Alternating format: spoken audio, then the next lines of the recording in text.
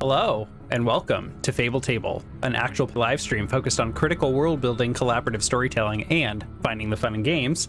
I'm your host, Nick Bowen. Joining me today is the cast of Birds of the Shore. Welcome, everyone. How are you today? Doing well. Excellent. Excellent. Where are you? You're here. You're with us, John. Or did you say, Welcome how am to I? the void.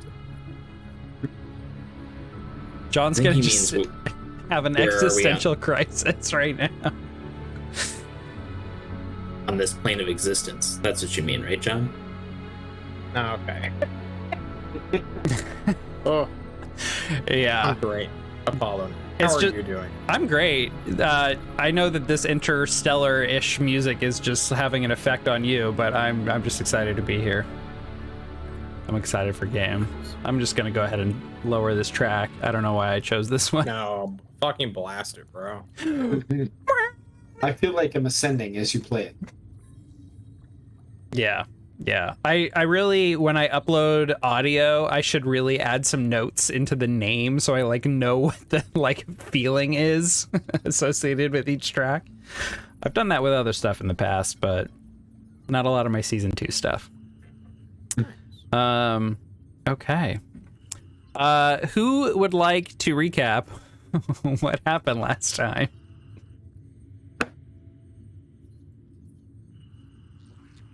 Don't all jump up at once. I volunteer, Greg. Nice save. Good job, Andy. Well, after returning from the explosion that was the space base of the Black Ops Corpos descending into the surface of a nearby planet, we escaped on their own battle cruiser, in which we rendezvoused at the nearest space station where we had left our old ship, and some knocked out bodies of other corpos. We hastily cleaned the area up and split our party across 2 ships, including a new alien, and retreated out into space, eventually deciding to contact a glorious manhole. Yeah, we'll go with that. And he told us to leave the battle cruiser in the central nebula of the planet, or of the star system. Here there's a pocket where it could be left and claimed later by his team to scrub it clean. And thus, we were able to steal an entire spaceship, effectively, for the Rebel Alliance, that they are now being called. Oh, yeah. After stashing the ship away, we had some various downtime activities. For Dax, they were very plant-focused, with Dot growing various peppers and herbs and creating lettuce for a particular crew member. We won't say who. And the rest of the party convened with a call on the main screen with the various captains of the Alliance. Here, the once glorious manhole told us of the newest operation that we needed to undertake, and that was to get a bit of information from the Rin system about the soul crystals. We need to steal information about their manufacturing them poorly and intentionally making them expire too early and explode, being dangerous. We need to bust open this great lie in the solar system for the rest of everyone. This is also a means for us to lie low, as it seems that we are on all the Corpo's most wanted lists after our previous investigation. The rest of the team had a heart-to-heart with an alien who was very upsetty spaghetti that we had rescued him. He seemed very touchy-feely about, the poking and the prodding and the, telling him where to go and what to do. Real dick, if you ask me. But after Norm got to shout some sense into him, he's decided to help us take down the people, the corpos that shot up his partner when they came into the solar system, and thus joined the glorious Rebel Alliance of one Mr. Manhole. After that, the party made their way to the Rin system, but became aware that their drive signature had been stolen, tracked. We were now known across the solar system's corpos as the ones that needed to be caught. So, in a bit of daring do, our engineer team dirtied up the engine signature so that we could enter into the Rin system undetected, as so that our liaisons could go on undetected. Wow, that was quite the recap, Greg. And for some reason, the stream is freezing all of our cams. So I am trying to debug this. My face looks awesome. I love it. It's like anytime I move Discord from the top, there we go. it just decides to freeze all the cams, which is an issue I thought I Is addressed it- a long time Is ago. it maximized? Oh, here we go. There we go. Full screen. Let me try this. Okay, we're moving and grooving. All right. I'll just keep a close eye on this in case it comes up again. But audio should have been fine because I don't think I've dropped 0 frames from the right. network and only 15 due to rendering, which is 0%.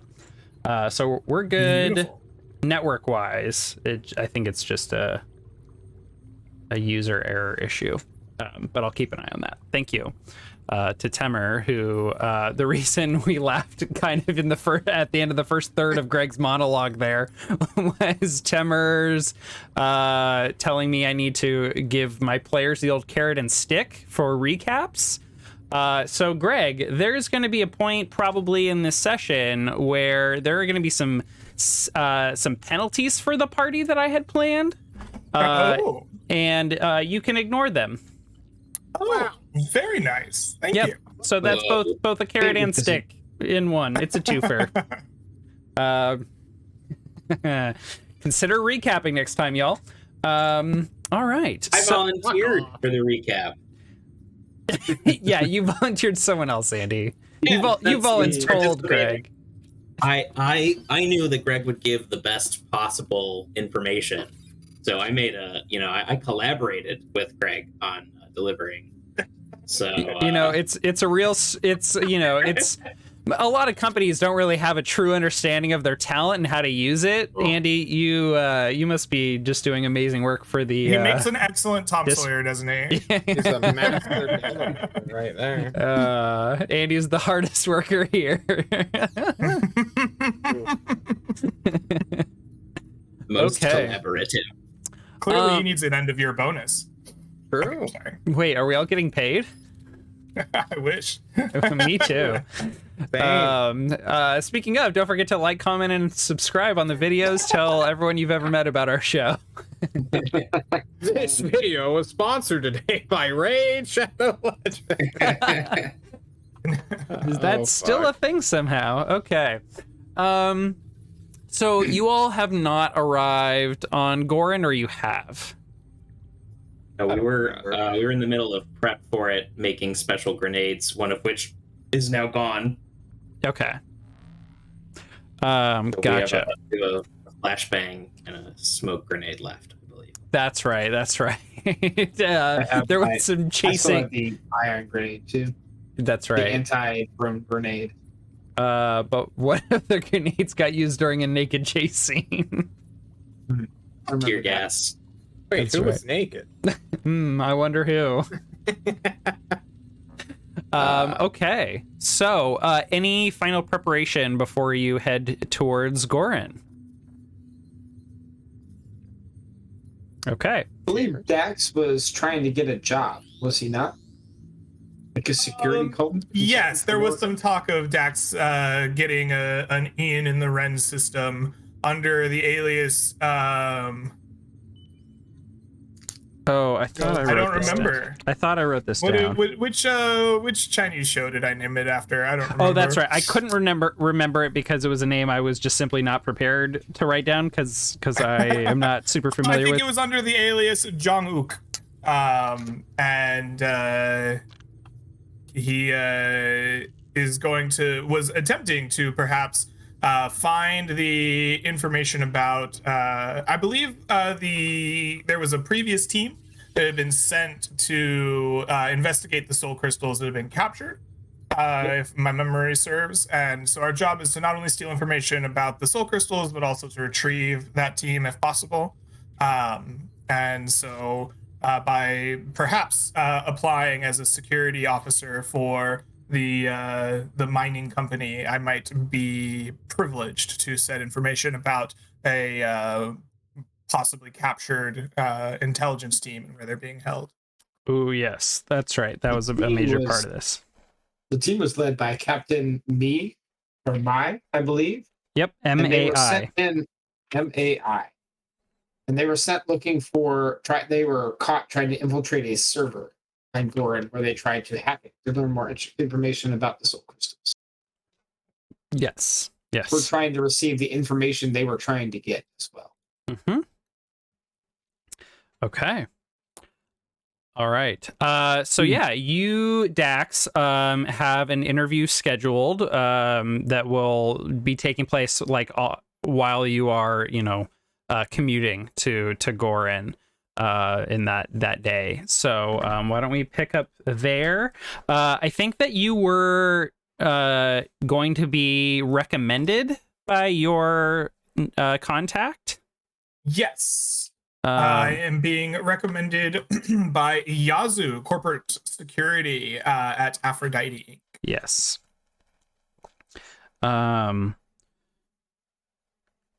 So you'll get a video interview. Oh, let's see. What is like the worst case of interviews in the future? I know that we've already had like an interview with you, your character before, for a different job, or maybe that was a Lettuce interviewed for a job or got a job. One of these days we're gonna play my micro RPG where it's called Millennial Hiring Managers. We really need to play that because I want to play test it at some point. But what do we think is the worst case scenario? Is it like interviews in the distant future are still happening like in person or over video calls, or are you just being asked to like record your answers to questions and then send them in? Oh, the worst case by far is the impersonal route, right? Yeah. It's just like click these boxes. Don't even freeform the answers. Just like click the boxes, send it in. Attach a resume. Yeah. Okay. Well, in that case, if it is that impersonal, here's what I'm going to need from you, Dax. I'm going to need you to give me an administer. Oh yeah. Oh yeah. That I think is the skill for applying for a job. Absolutely. In this format. Can I fork work? No. But since you're getting such a heavy recommendation from Yazoo, your contact, go ahead and take +2 on the roll. Ooh, very nice. Yeah. I will take that. This is intelligence, of course. That is an 8. That's not bad. Okay. Made it. +2 coming in clutch. Yeah. That really helped there. Yeah, so I think you get a I should bring up the rolls for the viewers here. If my button will work. There we go. You get an email back or a message back that's like you have wait, what job were you applying for? A security job again? Yeah, just security, right? Yes. Security detail, perhaps, of some kind. I was hoping to get in good with the the officers that would have maybe caught this other crew. So I assume that would be security, unless there's like a higher up like proto military that the Corp has. I don't know. Yeah. So you get a message back that says like, we're really impressed by your resume, and like would be happy to bring you to the office to meet with our staff and kind of go over the position more and just make sure that this is a good fit before we move forward with hiring you. Like no qualms about whether or not you can do the job, just making sure it's going to be a good fit since we've never heard of you and just have Yazu's recommendation. So you have an appointment. They basically ask you when you'll be in the area, and lo and behold, you're going to be there tomorrow. Lo and behold. Okay, let's move on. Sunny, it looks like you have something you want to bring up here.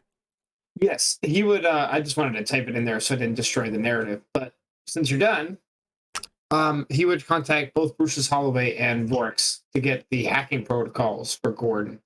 Now, as a citizen of Gorin, I probably already know quite a little bit, as this was kind of where I learned to infiltrate computer systems. But I want to be fully prepared for this job, so to get as much of a head start as possible. Prepare some line shunts in case we have to find a way to get and stick in the system. Yeah. So they are absolutely able to get you the hacking protocols for Gorin, which I believe is just going to, I forget what having the hacking protocols lets you do. Does that just give you bonuses or does that just let you in? When I try to do a hack, if it's a hack on the fly, it is a much higher DC. I am coming in with protocols set and prepared to go. So this is lowering the DC before I start due to preparation. Okay. That's the goal. That's the dream. Okay. Yes. They will tell you, like, we have hacked their system remotely before. And we've never been able to see anything like untoward in their system. There are corporations that, you can always find some dirty or scandalous or private things.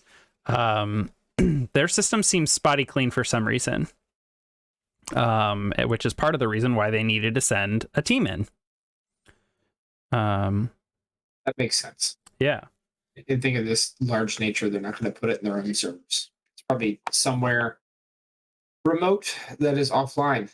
It has all the information we need. Yes. Recall during the briefing that they believed there was some private servers in the basement of the corporate headquarters for Loricon.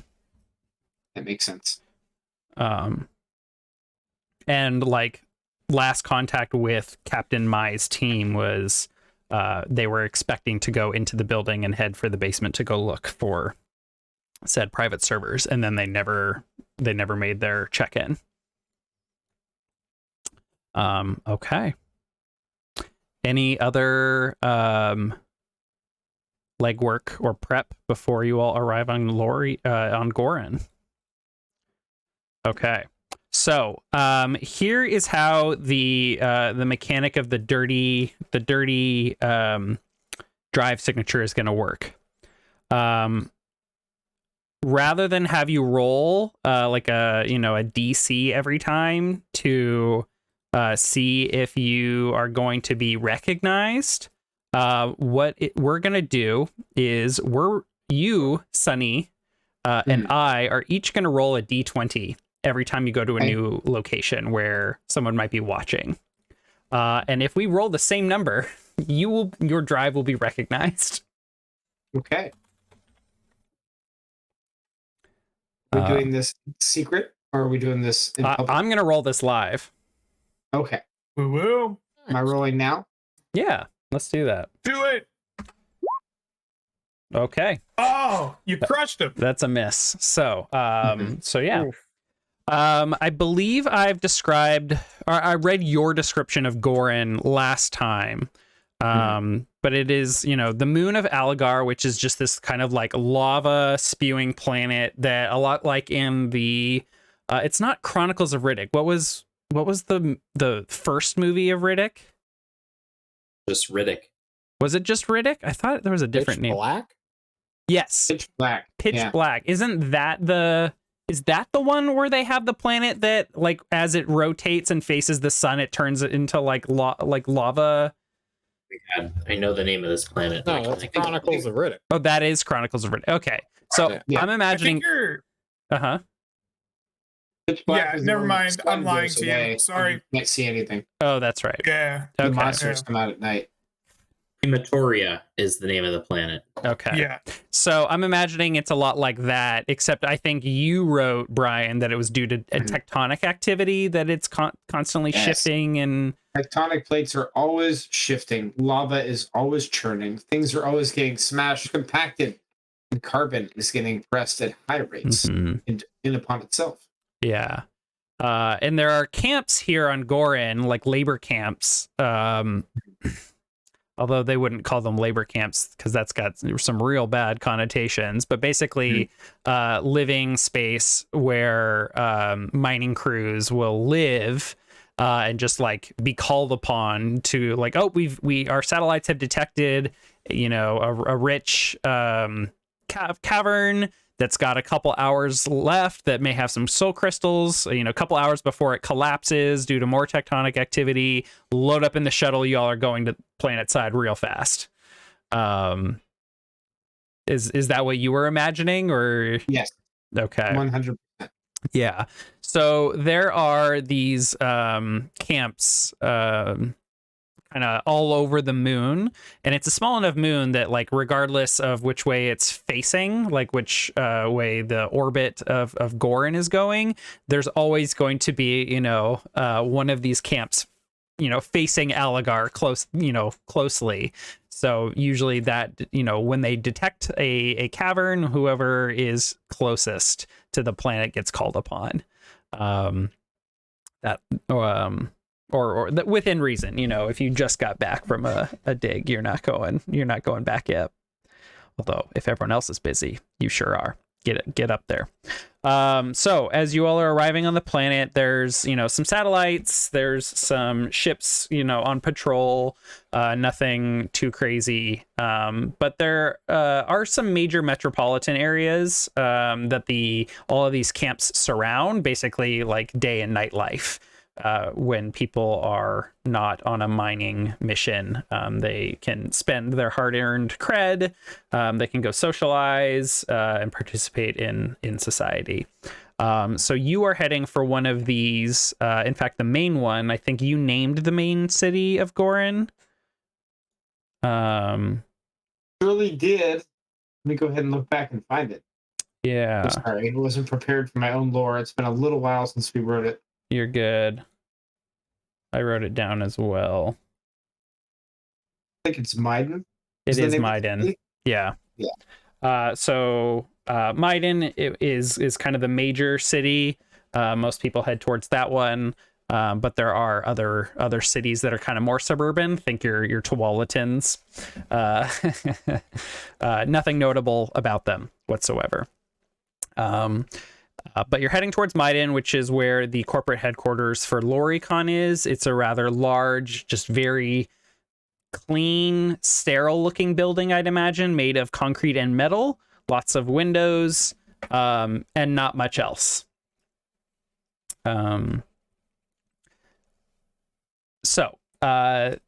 You since Gorin is a moon and gravity is a lot lighter, I would imagine that you can park your ship on the moon of Gorin if you'd like. Maiden probably has a shipyard that you could fly up to and park on. Okay. All right. I think we will do so, and then Sunny would gather up the team and say, "All right, We boys." all appear behind him. Mm-hmm. Oh shit! And then Sunny turns around and, like, calms down for a second. Says, "Gather in. We need to gather information first. Norm, you think you can get yourself established here on the moon?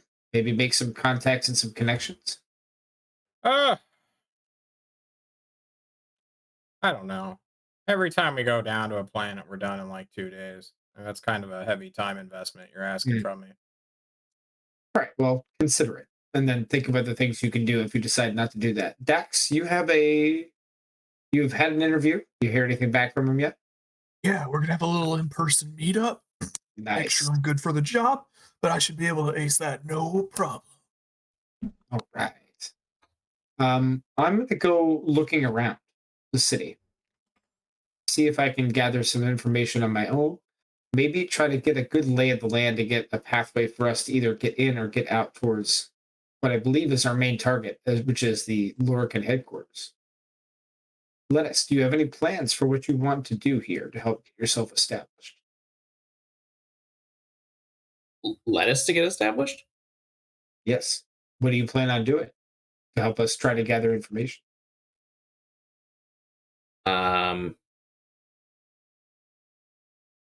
Not sure. I was gonna keep crafting more necessary gadgets and weapons and stuff, but I can be deployed on the ground if you want. I feel like I cause problems when I'm on the ground, so I should just do some work and take advantage of our workshop. I have I in my mind I imagined that the like apathetic young employee response of "You're the boss, you tell me what to do." Yeah, kind of like just like I was gonna work on weapons in my workshop, so let me know if you need me. All right. Well, I see us having 3 goals here. 1, we need to find out where the captain and his espionage team is. We need to break them out. 2, we have to find a way to get into the server that they're trying to get into, the basement of the Lorican Corporation, and get their information. And 3, we need to find where Lorican is stashing their soul crystals. I think we should steal some, both for us and the Alliance, and to expose them as frauds, as they probably have a process to create refined ones that do not destroy themselves and explode once they get damaged. Does our city have like that we're landing in? Is there like a bazaar, a big market of some kind? Oh yeah, absolutely. All right, I'm gonna go there and stir up some information about where, try to find some leads on backdoor purchases of the crystals, and then see if that can't lead us to a stash spot. You want to go purchase? I want to go investigate markets where the money is. Money will lead us to a stash. Okay. I'll hang out with Lettuce. Make sure he doesn't die on his own. Fair. I need to. There's still capsaicin in my eyes. Okay. My thought is that I would go down and stake out the Lorican Corporation, and then maybe find a security officer to follow as they leave. Either establish where their home is, or maybe establish if they're going to maybe some offsite, some different site where they're potentially holding the captain and his team. And then once Dax gets himself established, we get a little bit more information. Maybe we can put together a plan to put everything in motion. Okay. Any other thoughts or ideas, team? No, but I have decided on the new face paint that I'm going to be taking down. Oh God. What's our alien friend doing during all of this? Hold on. Before we get to that, what is the face paint, John? Oh, it's just my regular skin. It's just you. Yeah, it's just me. But you are painting your own face on your face? Yeah. Oh wow. So it's just like a caricature version of your own face. Exactly. Oh my God. I imagine like the What a statement. Scooby-Doo villain gets caught and they bring him in and they rip off the mask and it's still him. The same guy. And they rip off the next mask and it's still him. They rip off the third mask and it's my skull. They just rip my face. Aw. Terrifying. All right. Terrifying. Okay. So Diaren Vrion, or Aaron for short, your alien companion is like, well, I would be recognized on this planet, wouldn't I? My mate and I have been all over the news. Unless Norm has enough makeup to make me appear human. I don't.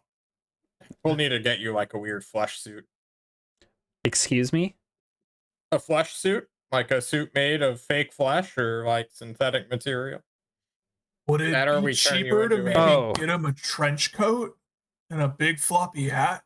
Oh, then I could put him on my shoulders and we can sneak into a movie theater. Is that the plan? Sorry, I'm distracted sounds by the great. fact that humans make flesh suits, both real flesh and synthetic flesh. The thought terrifies me. You haven't seen anything yet. If I must wear one, I would prefer synthetic flesh. Oh yeah? You a vegan? You don't like animal products? I do not wish to wear human meat on my body. Okay. That's fair. My skin needs to be able to Taste. breathe. Oh. While studying your culture, I once tried nail polish, and I didn't like it. It felt like my fingernails just were suffocating. And by fingernails, I just recalled I'm a crab person, so Insert nails? yes. Oh god, every single one of his fingers has like 2 little mandibles on it. They're all All right, just well, like good different talk. colors. I'm going to grab you with my little claws. Yes. Okay. All That would right. be the best barber in the world. Snip, snip, snip. Yeah. Okay. So Aaron is just gonna stick back on the ship for now. Cool. If anyone boards that isn't you, I'll shoot them. Don't worry. Nice. And I'll begin teaching Mouse some of a beanstalk special recipe. It would be nice to be able to eat food from my own home. Who's Mouse? Mouse is the dude that you threw at a guard in the first episode. No, I was and- asking the alien. Oh, Not you, Nick. okay. Your Your- PC straight, Nick. Come on. Your chef. Oh, the AI? No, No. your chef. The human. The ship? Like the No, the VI? nervous human. He's standing right behind you. Hey, dude, Hi, Norm. No. No, we don't have any of those guys here. Norm. I walk away without engaging with Mouse at all. Oh. Okay. Cold-blooded. Very cold. Let's start with who's taking the shuttle and who else is taking like the little speeder bikes that I can't get out of my head. You all like Ron. you just like you're walking out the airlock and you just reach over and grab one of these little bikes that I think are like razor scooters, and you'll just grab them and then you just flip them and they like unfold as you jump on them and hover I away. think the guy applying for private security needs to show up on the thing closest to a motorcycle and leather jacket possible. So I will yeah. be taking a speeder bike for sure. Cool. Sonny's definitely taking the speeder bike as well. Let's Okay. all take our speeder bikes. Yeah, I Okay. think we're all taking them. Excellent. Okay. Let's start with Sunny. Yes. And Dax. You both are heading towards like Loricon headquarters. But Dax is in his nice cool leather jacket. Yeah. Roll me 2d6 for cool factor, Oh, hell yeah. and add +1. And then Sunny, you're gonna do a stakeout. Oh, So hell cool. yeah. You're so Oh, fucking cool. So cool. Damn. Dax, take +1 on your next roll during this interview because of your coolness. Oof. Is +1 for the shades that he's wearing, in addition to the jacket? Oh yeah, it totally is. Swapped my normal shades into Yeah. like mirror shades. Nice. In the first game I played of this system, I played as a young attorney who wore LED glasses that just said things on them unprompted. And then at one point, I lost a roll and it got hacked by a virus, and so it was constantly advertising like shitty products on it. That's hilarious. It's great. So Sunny, you're going to be doing a stakeout here. I'm going to need a sort of like a notice roll from you just to kind of get a sense of how successful you're going to be at Fair enough, but can I set the scene of what Sunny's planning to do first? yes, please. That would help. Well, Sunny's going to start by using the speeder bike and move at maybe like a block or two radius around Loricon Corporation Okay. and try to get the lay of the land. Like, describe to me the building. Please describe to me the area around it so I can find out a way that I can try to fit in and not be noticed. Yeah, so Loricon, I described it just being like a very plain concrete metal building, multiple floors. It's very it's boxy.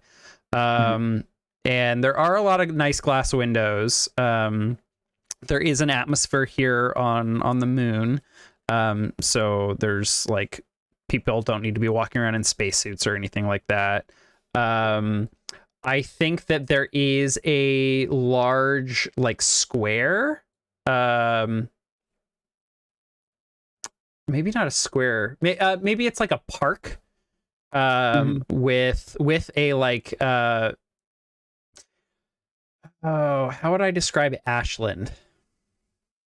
Have you been to Ashland, Andy? Greg? I have driven through it. Okay. Not very helpful then. Yeah.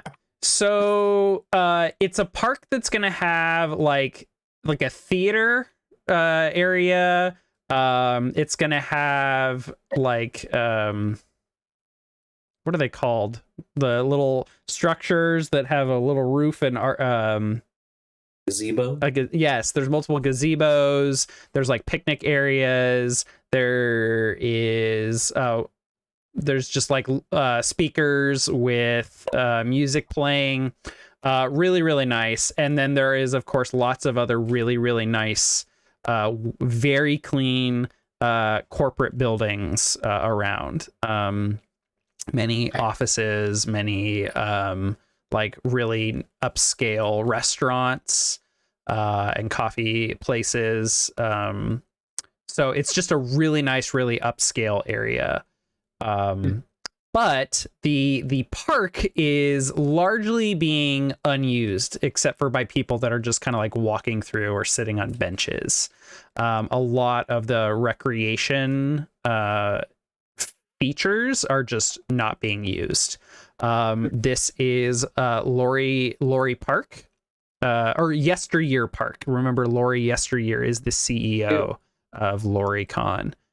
So this is the namesake of the CEO.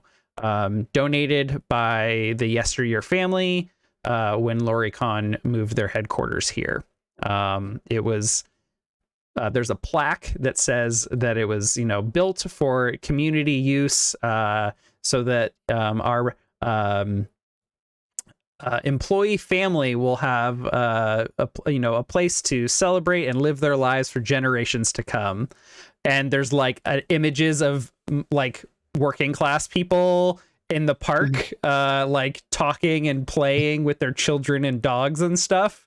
And there's just a sharp contrast between the image on the plaque and how the park is being used, because there is, of course, like no residences in this area. Okay, so it's a park that's largely unused, but people are still walking through it. People that I could possibly notice and see. All right.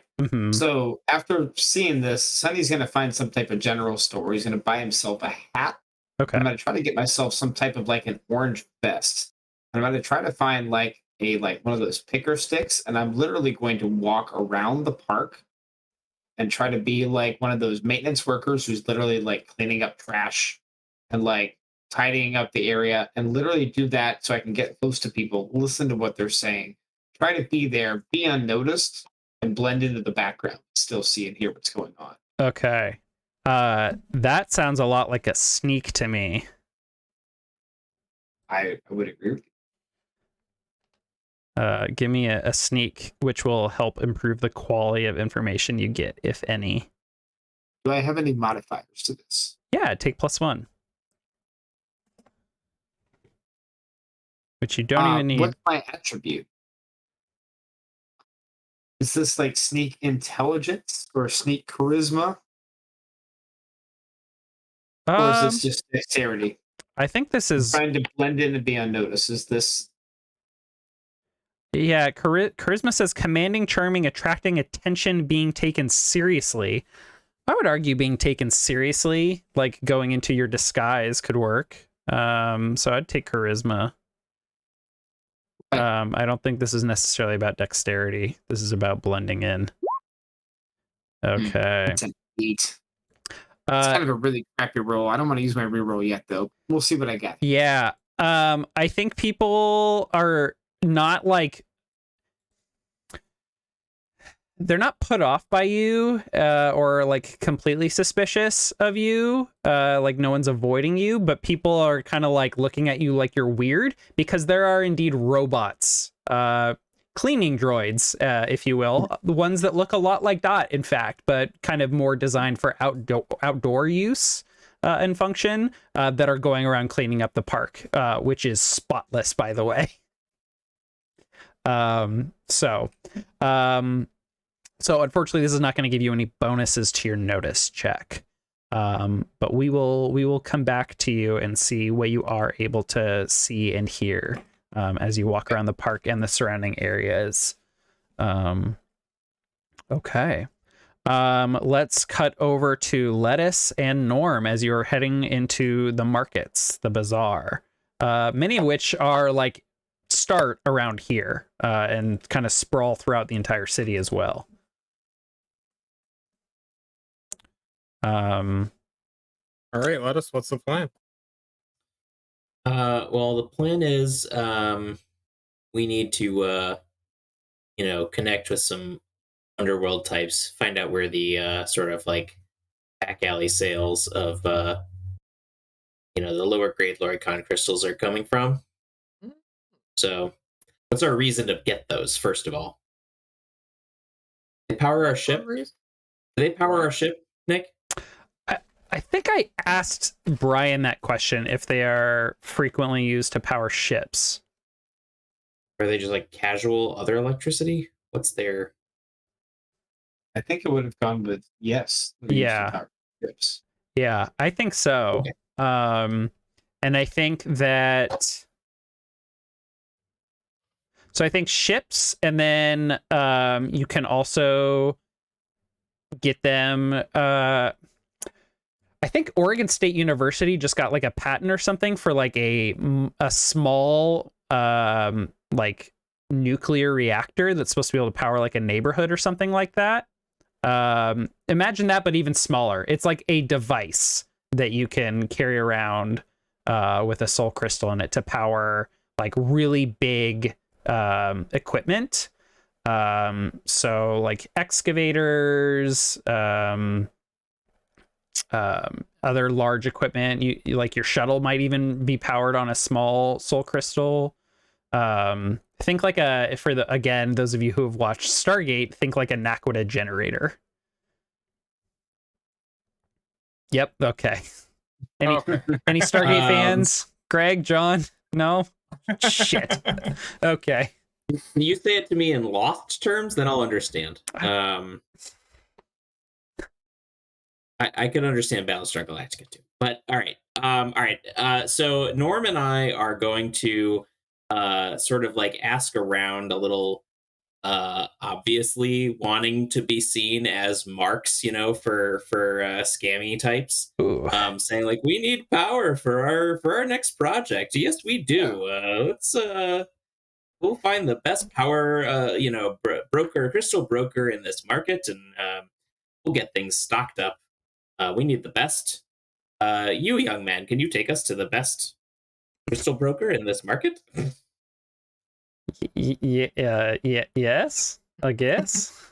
I shall make it worth your while. And what form does the currency take? These little like one-off sticks or something like that? Have a credit, my friend. Yeah. A single credit. Absolutely Just a piece of candy. worthless. Go put this in your arcade machine at home. Go have a bubble gum. Now take us to the man who sells nuclear reactors you can put in your pocket. Come on, little boy. Okay. Give me a connect and take +1 for having black market contacts.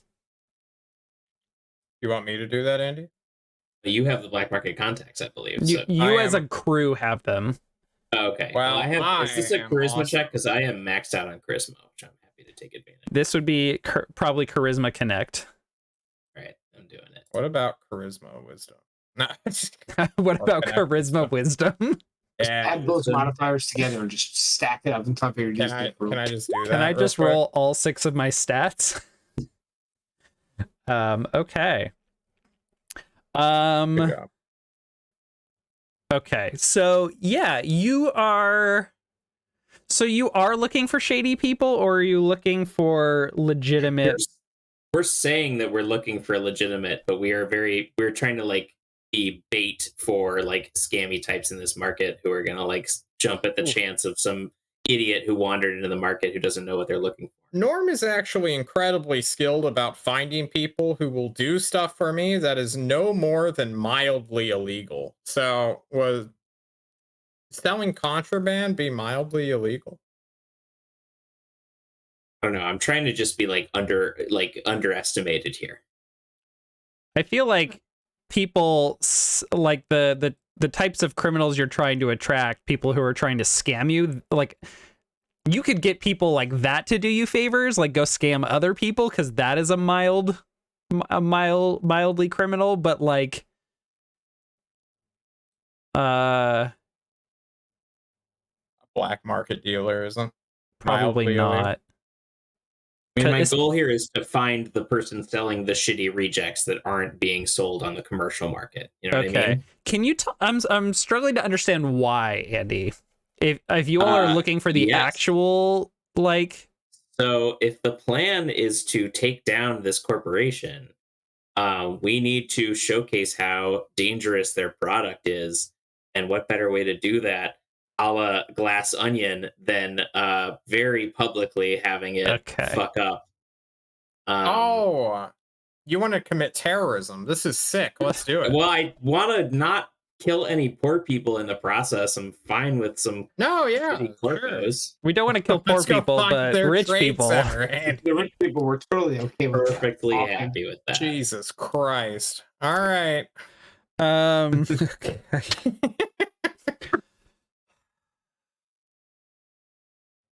We'll load But it we- into our but- shuttle.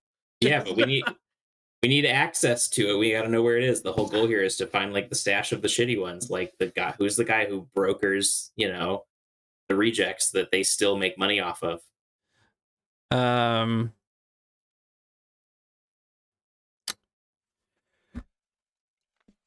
I need to come up with a last name for a character. Just give them 2 first names. Okay.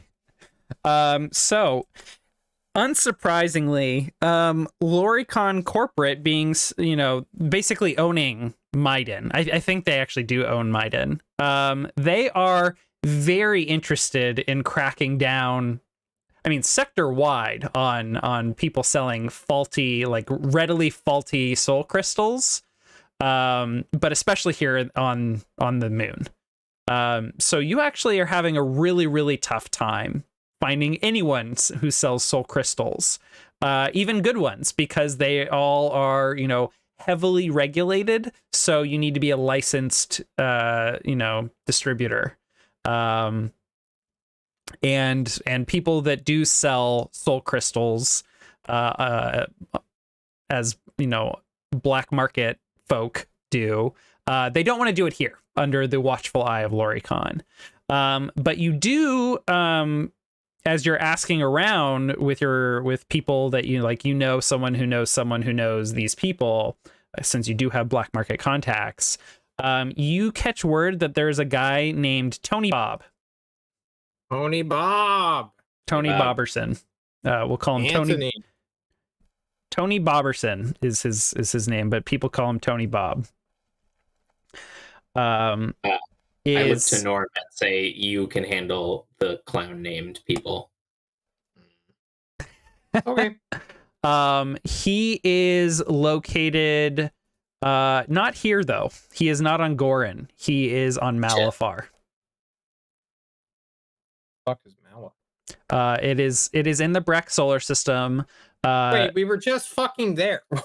No, you weren't there.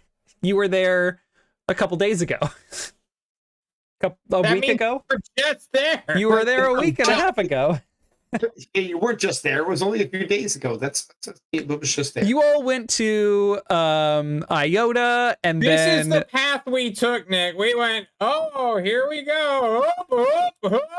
That's the path we took. You went Yes, here. Here, hang on. Oh, my bad. We started there, then we went back, and then we went there. No, you never went back to Malifar. Oh. Okay. Nick just wants to do a little bit more opposed D20 rules. You can get me caught. Nick wants to steer us as hard as possible away from this idea. So, because if this guy is no, I get it. No, you guys have a ship. This You can company is the most litigious and honorable company. This is how capitalism should be run. You know, I honestly don't think we should even take on Loricon at this point. They seem to be doing everything right. Look at this beautiful landscape we're in. There's no scum on the walkways. This is great. This is the universal utopia that I've always wanted. What about you, Lettuce? This place is a nightmare. We should. Yeah, let's go bomb a building. Come on. Yep. Good God. All right. We go to look for explosives since there's got to be that, since that's not under extreme. Oh, fuck. How does this company make money if they, don't sell the really dangerous, shitty thing, even though they say it's dangerous? I thought they were evil. The standard. They do sell it. They do sell it. They just don't let other shady people sell it on their planet. All right. It's Norm, it's like Tesla. Look, no, I get it. When I sign a contract to a company, I'm owned by that company, and I just become like an ant worker. There are no like back channels or anything in that company that I can have access to, where I can strangle a man and threaten him until he gives me his soul crystals. Oh, do you want to find someone like that? Why didn't you say so? That's what we've been trying to do, ApolloNik. You said you were looking for black market people selling soul crystals. Who do you think is in the black market? We're looking for someone who's got a stockpile. Okay. We're just trying to find a lot without a lot of Just give me a merchant. Roll for soul crystals. Okay. Take us to the store. Okay. Well, you can go to the Loricon store, or you all can go back on your ship and go to Malifar to meet Tony Boberson. Meanwhile, Dax. Yeah. You arrive in the building. The inside of this corporate hellscape looking building is much nicer than the outside. Similarly, it is very sterile and clean in here, and there are lots of people in suits walking around, people sitting down in tables in this like massive atrium in the middle of the building, where there are just floor after floor after floor of open space, like circular walkways around the atrium with like rooms into offices. There appears to be like a bit of a cafe and coffee shop down here on the main floor, just off of the atrium. In the middle of the atrium is like a massive, a nice looking fountain. There are no $1 credit sticks that have been thrown in the fountain. Not yet anyway, Norm. And similarly, there are droids that look like Dot walking around, like cleaning things. Like you walk in and there is like scuffs or dirt left by your shoes are cleaned immediately. There is kind of like just off of the fountain as you walk in, kind of in the center of the building, a little like not a steward but like a receptionist. Actually it's a VI. It is a VI like hologram that pops up, a la, welcome to the Citadel. I'm this purple robot that's going to answer all of your questions about the game and basically be a tutorial to where everything is. Could you speak into the microphone and say that Lori Con is your favorite ship on the Citadel, please? And basically, like, it will ask you, like, welcome to Lori Con. I see that you don't have a visitor pass yet. Can I print one for you? Absolutely. Name's Jong-uk. Looking for a interview and a cup of coffee. I will let I need to come up with a character name for someone. I'll be Tom. Officer Tom. Yeah. I'll let Officer Tom know that you're here. While you wait, feel free to go grab a coffee at Lori Bucks. Excellent. And I walk on over and get a black coffee to go with my black leather jacket. Oh, hell yeah. Okay. So a couple of security officer looking types come up to meet you, including the person, the hiring manager, Officer Tom, who they're all wearing like identical corporately logoed windbreakers, and they are all in like slacks and dress shoes. They all have stun batons and other like equipment in like a standard issue security officer belt around each of their waists. They all have like a radio badge, a lot like those in Star Trek, that they can just tap and communicate with one another. But they're all like walking together in unison. And Officer Tom like is the first to introduce himself, as well as some of his team. What's up, Top Gun? I've seen that one. It's an oldie, a classic. Yeah. Hard to believe that that I forget the actor's name. Tom Cruise, I think. He's still acting. Can you believe that? Yeah. Yeah. I heard they cut off his head and put it in a jar to preserve it for some number of years. I heard that, but my understanding is that like 100 years ago, like he had surgery to put it on a new body. That's crazy, man. And I believe, if the rumors are right, that he is working on now. That's what I call Mission Impossible 75.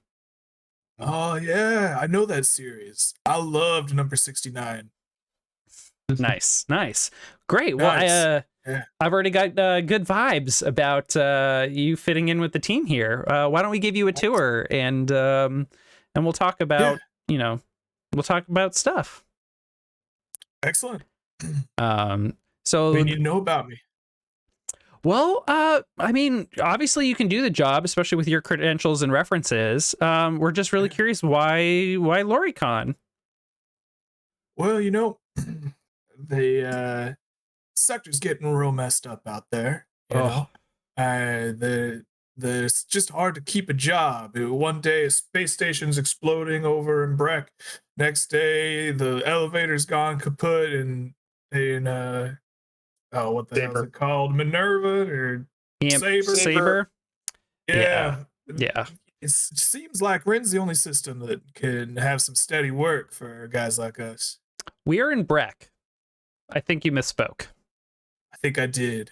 Yes, we're here on Breck right now on the moon of Gorin. I'll just ping that on the map here. Boop. That's right. No worries, no worries. Yeah. Oh my gosh. So glad I'm not working for me and Bao. I had a competitive offer from them a while back. Glad I turned that down and stayed here at Loricon. Sounds like you made the right decision. Yeah. Well, we have our fair share of shakeups here and then. Everybody's got shakeups, but there's a difference between a shakeup and what we're seeing going on. I'm Bao, and I heard Aphrodite had a base hit. Crazy. There are some shifty looking eyes of recognition at your statement between some of the officers.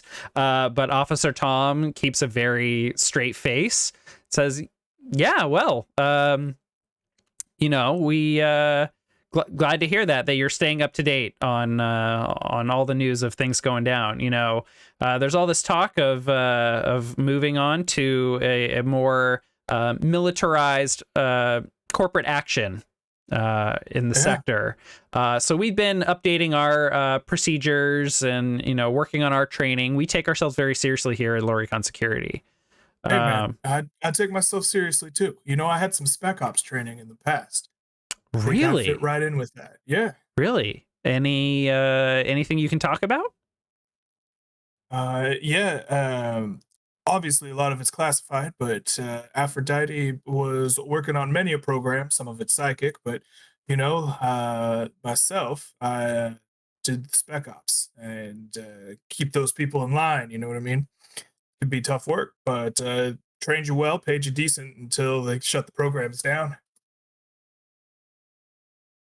I see. Excellent. Well, color me impressed. I think I think I've got a good feeling about you fitting in well here. Why don't we just show you around and I'd love a tour. Yeah, why don't we give you a tour? So yes, I think that this is going to end up going very well for you. Okay. But there is the issue of you have you are wanted by corporations. Your face has been put on blast to these people specifically. And your your disguise is a leather jacket and some shades. Dude, that's different kinds of shades. Okay. Yeah. Can I get a sneak? Yeah, absolutely. This will be charisma, I would imagine. Okay. Or What about performance? Which one is better? I would much prefer sneak. Okay. yeah, I would take sneaker perform, and then I think it's charisma. But here's the thing: you have +1 for your cool factor, and then if you would like to retroactively have enlisted Norm's help with a little bit of makeup, you can I don't think Dax was smart enough to enlist Norm's help. I think he's smart enough to sneak into your room and basically. Okay. So Norm snuck in my room and put some blush around the cheeks, mascara. He's got Dax looking different. Yeah. Hell yeah. You're just totally drugged out, and really he's just define his cheekbones. I love the idea of you're being asleep, and as he's applying mascara, your eyelids are just lifting. Yeah. All right. Perfect. Love it. So take +2. Will do. Okay. Okay. This is 7. Fuck. What is the standard difficulty? 6 or 8? I forget. I think I don't know. It's an 8, right? It's got to be an 8. I don't know. On the things have been incredibly difficult from the start. In my understanding, it's 12. Yes, every hack is 12, regardless of what modifier we have. It seems. I think we're just ambitious hackers. Yes. Yeah. We're like, what's the most secure system we can get our hands on? That. Every Let's have single that. one is state of the art. Oh, Oh my little god. do we know that these guys' office chairs have bombs set to explode. Hey, you got to be secure when you're in the office, you know? Yeah, you don't want anyone stealing your rolling chair. Oh, fuck. Where the I can't I type in stars without number cheat sheet and all I'm getting are character sheets. Here, You know, GM 6 sheet. is like the easiest thing in the world. Right. So, Okay. I don't know if this is gonna standard. cut it. Okay. So what happens? I'm not sure. Okay. I mean, Dax getting arrested may not be the worst thing in the world because we know where they'll take him, right where the people we want to find are. So, Okay. they get like halfway through orientation, and it's just like, wait a minute. Okay. So here's what this is going to represent. Something that you may not have prepared for. Okay. They make you an offer on the spot. And I think in okay. your and they make actually a very good offer. Like as far as security jobs go, Loricon is paying a lot. And Officer Tom is very candid with you. He's like, we pay very well, but we also have very high expectations because there are very high expectations placed on our shoulders by our owners, by our executives, and honestly, by our customers, our loyal customers. And there's just like a chuckle from one of the other officers, and he's like, yeah. And I think that this failure represents you getting really excited and accepting on the spot. So they're gonna take you to HR to fill out paperwork, which you are not prepared to do. You're realizing that I've got a made up backstory, I've got some cover, but I am not ready to fill out paperwork. So we will cut back over to you in a minute as you face your next challenge. More bureaucracy. Oh, the one thing I can't shoot through. All right. Let's cut back over to Sunny. So you are going to need to make a notice check, Sunny.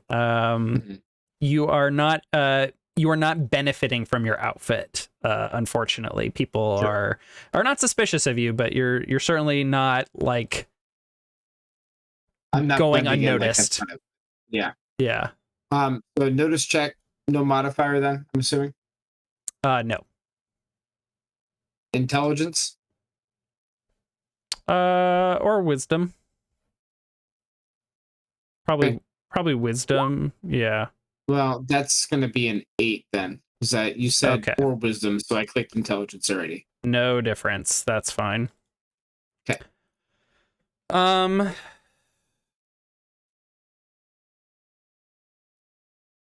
Let's see.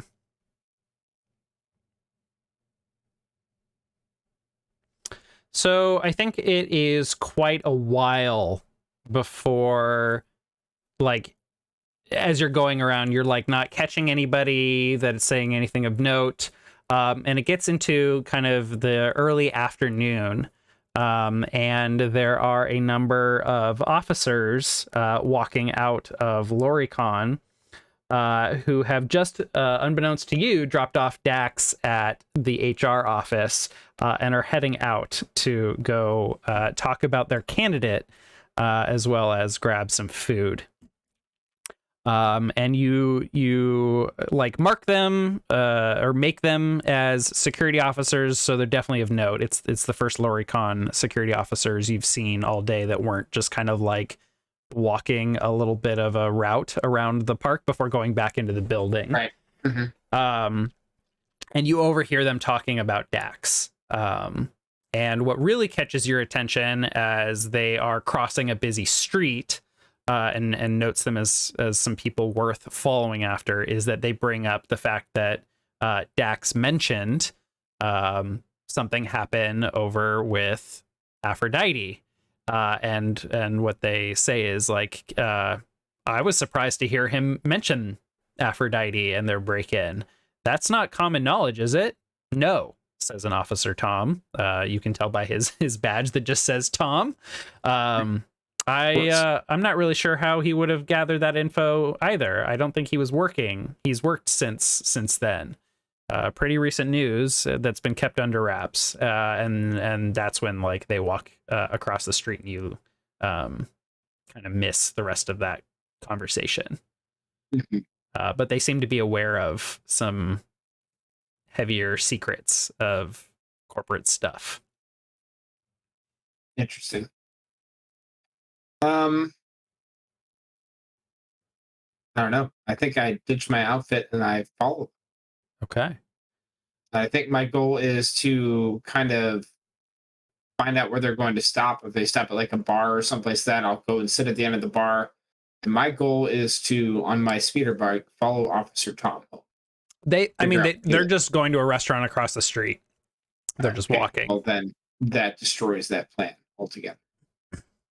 I'm going to stake out I've got another plan after I'm hearing other things that are going on. I'm going to stake out the loading docks, and I want to wait till the Laura Bucks delivery truck arrives, and then I want to follow it back to where it came from.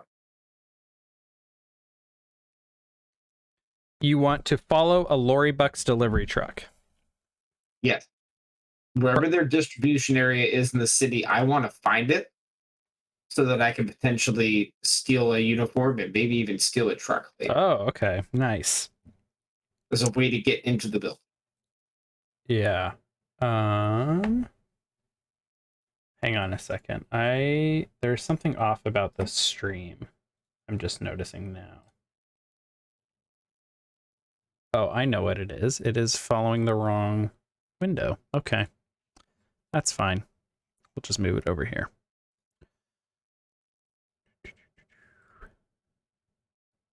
So, yeah, you are going to be able to find a Lori Bucks truck that leaves to go grab some more supplies, track it to the distribution center, and I'm going to need another sneak check to get in and get a uniform and get back in to the building under the guise of being a Lori Bucks barista. I mean, I want to locate the information so that we can. I mean, I can make this now, but the goal is, we come up with a coordinated plan. And that's our way to get in the building. I don't know if I necessarily want to do it immediately. Oh, okay. Oh, so you are following these officers first?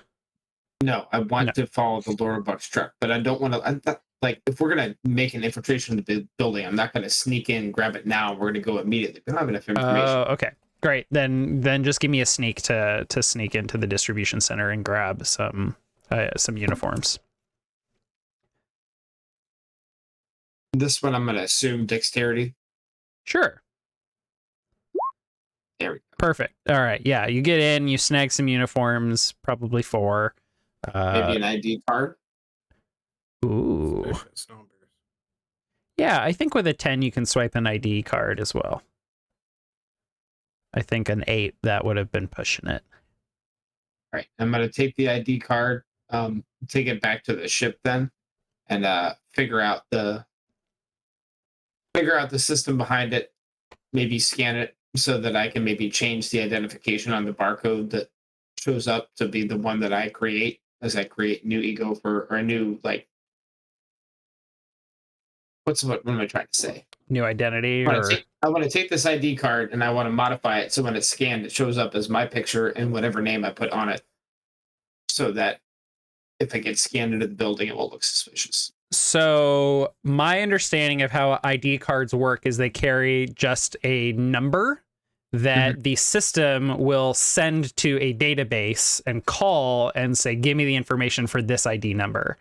It Even is in the not future and stored in on the space, card. Nick? Hmm? Even in the future and in space, Ooh. it's your ID card, Nick. You can do whatever you want. Yeah, but that wouldn't be very secure for hackers such as yourself. Nick, you can't have fucking both ways here, dude. Come on. This is what I Either want to do. technology is super shitty in the 1980s or it's super high tech. But god damn it, man. Okay. Just make up your mind. Okay. Give me I'm gonna need some sort of hacking check then. A program check. Yes. All right. I will use my black slab for a +1 Okay. and my ship systems in the safety of my own offline network and roll an 11. Excellent. Perfect. That works. Okay. Okay. You hack the ID card. Got it. Okay. I now have a way for us to infiltrate the building. We should totally go to Norm. Yes. It develops. Let's cut over to Norman Lettuce, who have a line. To Malachar now?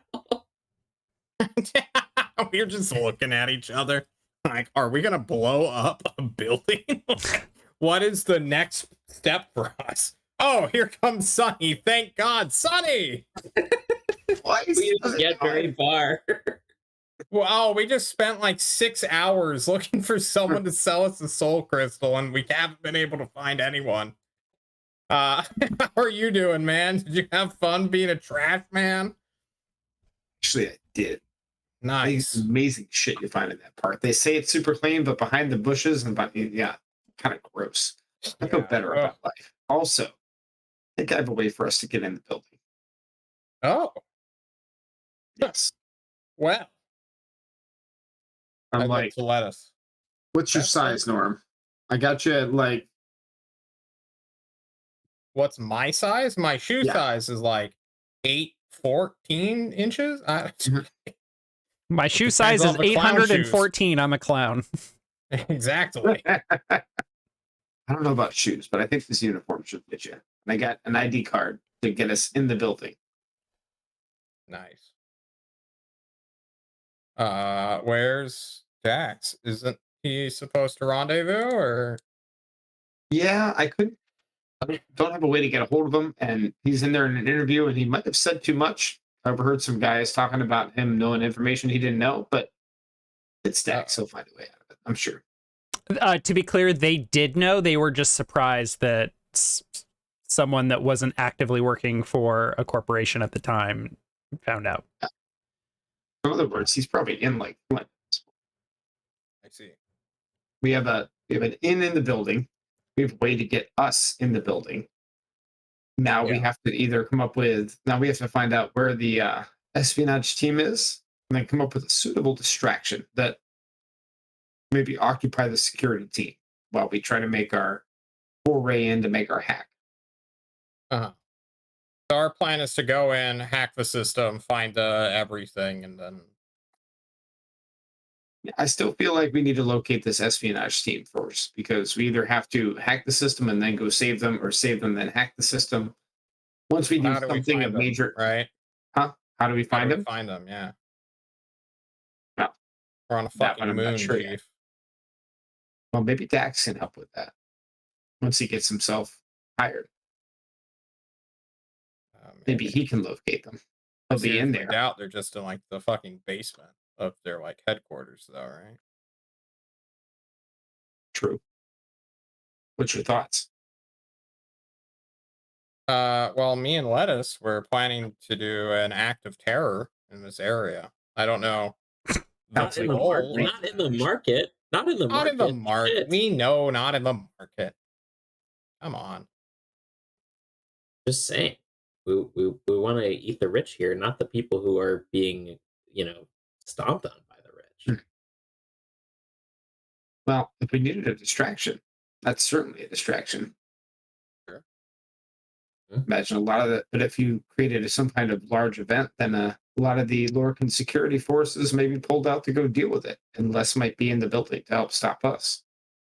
True. Do you Classic. like explosives, Lettuce? Do. I can rig explosives and make explosives. Hold on. Sonny will go back to his room and then return with his rocket launcher and hand it to you. Right.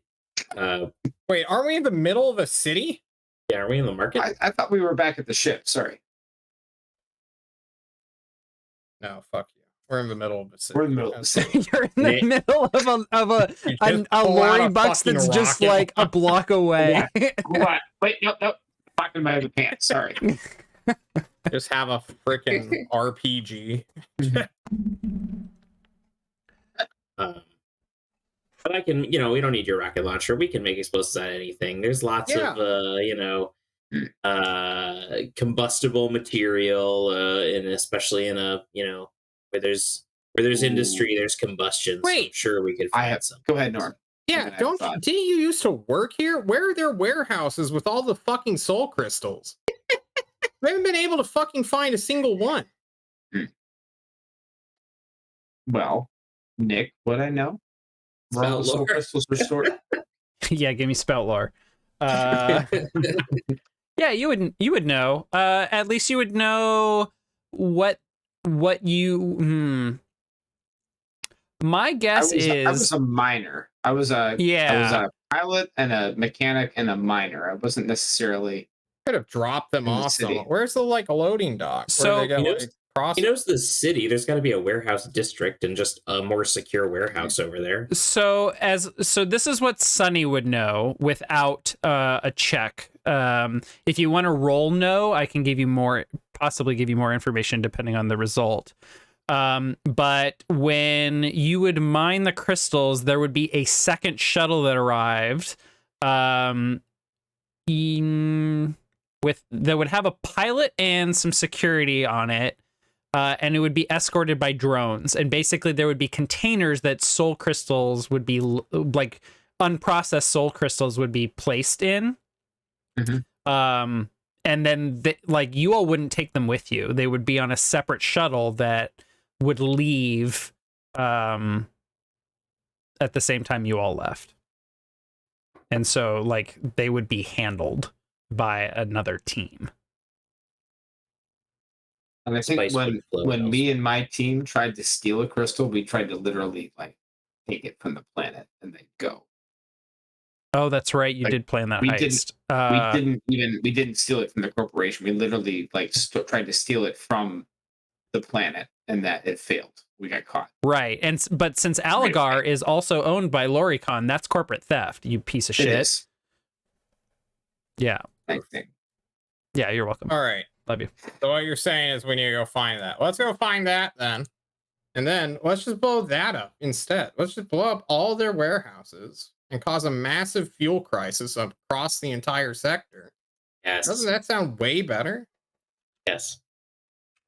So what happens to them after they're loaded on a shuttle is not necessarily known to you, Sonny, unless you want to roll a no check. I certainly don't want to roll a no check, but I'm going to anyway. Okay. Attribute.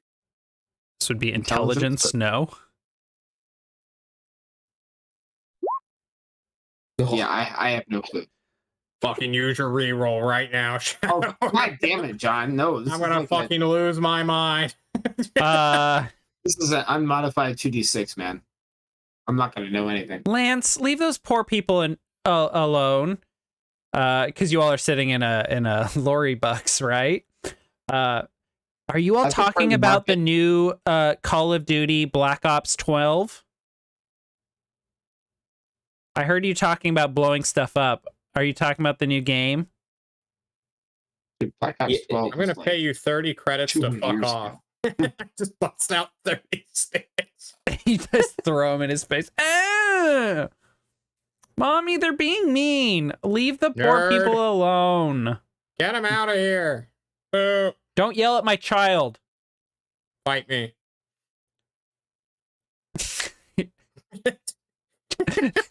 Sonny will slink off into the crowd, waiting for the lurk security officer to come try and arrest Norm and then try to steal. Oh my God. You, Karen, come back here.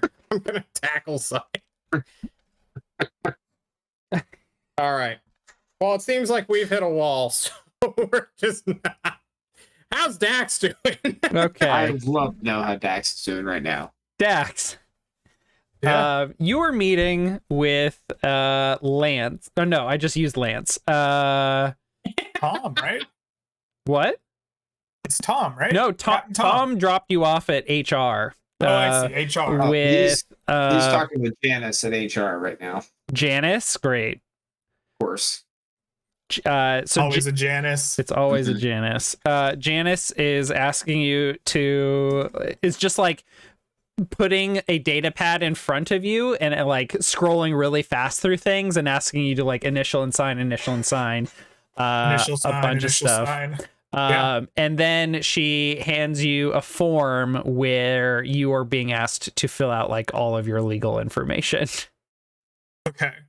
Like I think what Dax ends up doing is he realizes that he doesn't have he doesn't know this. Mhm. So he puts in like just a made up person, and like it probably is obvious enough to people who like don't like who do this for a living, right? That like this is just kind of made up. Like he has not enough numbers on his like social security or something, right? Like he's like a digit short or Yeah. something, right? Oh, come on. You've got to at least yeah. just do your social security number, but off by one. Hey, can I argue something in Dax's favor here? What's your suggestion?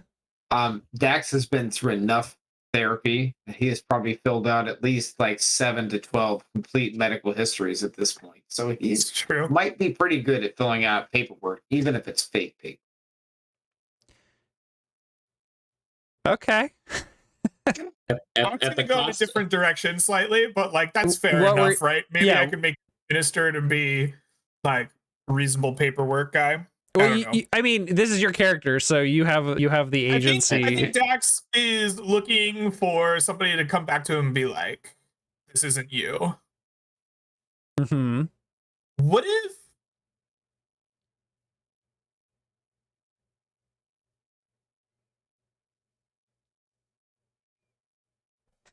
All right. Yeah. I think he just like puts a fake person down, and it's like fairly obviously not him, right? Like it's just a fake person. Okay, I'm gonna play. I always forget to play this because, well, maybe there haven't been that many opportunities for a really intense hacking role, but I have a track that is specifically for like a really intense like hacking moment. The panic is setting in as you're filling out the paperwork, Dax. So are you just forgoing the role, like you're intentionally screwing it up? I think so, right? I think that that he just doesn't do the paperwork correctly, so that like Captain Tom has to come back and be like, "So Okay. what's going on here?" I think it's just Janice that comes back, and it's like, Okay. there's I think I maybe you entered the information wrong. There wasn't a match for a lot of on the background check. Could you review this information for me? And what is it? Janice, What is it? you see me? I'm a cool guy, but underneath, I'm just a guy looking for a job. I've been out of work for so long, and I can't give you my real paperwork. Right? I got roped into some bad times, Janice. I had to do some things, but I'm clean. I'm getting my life back together. If you just put this through for me, right? We are gonna be on easy street. Like I have a job. I'll got my life back together. I'll help you out, Janice. I'll get you on the top of this office chain. Is Janice the sucker for soft eyes? Nick? For mirror shades.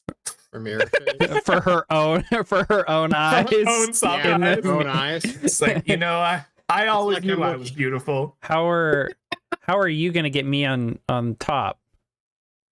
Well, you see, there's going to be an error in the system, right? And we're going to pin it on your boss, Marco. not on you. He doesn't know what he's doing. You're the real brains of this operation, dealing with all these people, dealing with this paperwork. Look, we're going to make sure that error comes back on him. He's going to go. There's going to only be one option here, Janice. It's you. The best worker in the building. I see you're up there, employee of the week. 27 weeks running. That is impressive. Marco, the pencil pushing fuck. I mean, she is also paid to be a pencil pusher. Is that ambition Dax senses, though? It's a dog eat dog world, Nick. Give me a talk. I was gonna give you a -1 because she's paid very well to not do this sort of thing. But you also have +1 from cool factor, so they cancel out. Nice. All right. Yeah, give me a talk check. Definitely charisma. 7. Do you not get a +3 from just breathing out intoxicants to this person? Like, Secondhand high. You can Just smell it. immediately. The real question, Nick, is her boss, Marco. How big of a fuck is he? Like on a Yeah, roll for 100 fucking scale. boss. Like if he's that much of a fuck, then maybe there is a bonus that's just inherent in the DC. Come on, Okay. make us roll it. Am I? roll Okay. a d6 for how much of a. Are we having contested charisma rolls? Okay.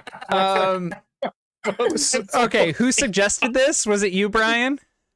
Yes. Okay. I want you to roll 2d6 + 2 Okay. for how much of an asshole Marco is. Got it. And this is Low or contested high? versus Janice's ability to put up with it. Okay. Which I want John to roll 2d6 +1. If Janet, Do I want low or high? you want I low, appreciate that Janice has a bonus to putting up with bullshit. right? But you want her to roll low because you want her to be Low. pissed off. So and her she has John rolls low, I roll high.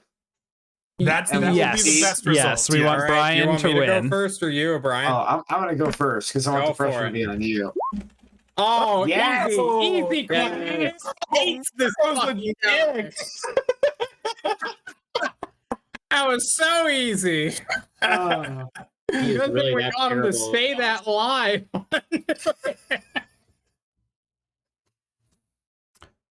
Oh, fucking hates Janice- Marco. Janice, Marco is a fuck. 2.5 times a fuck. He is a almost crit fuck.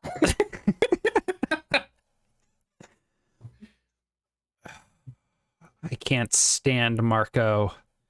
Right? And like you can see her jaws clenching, her knuckles are turning white as she looks away, like in the direction of his office.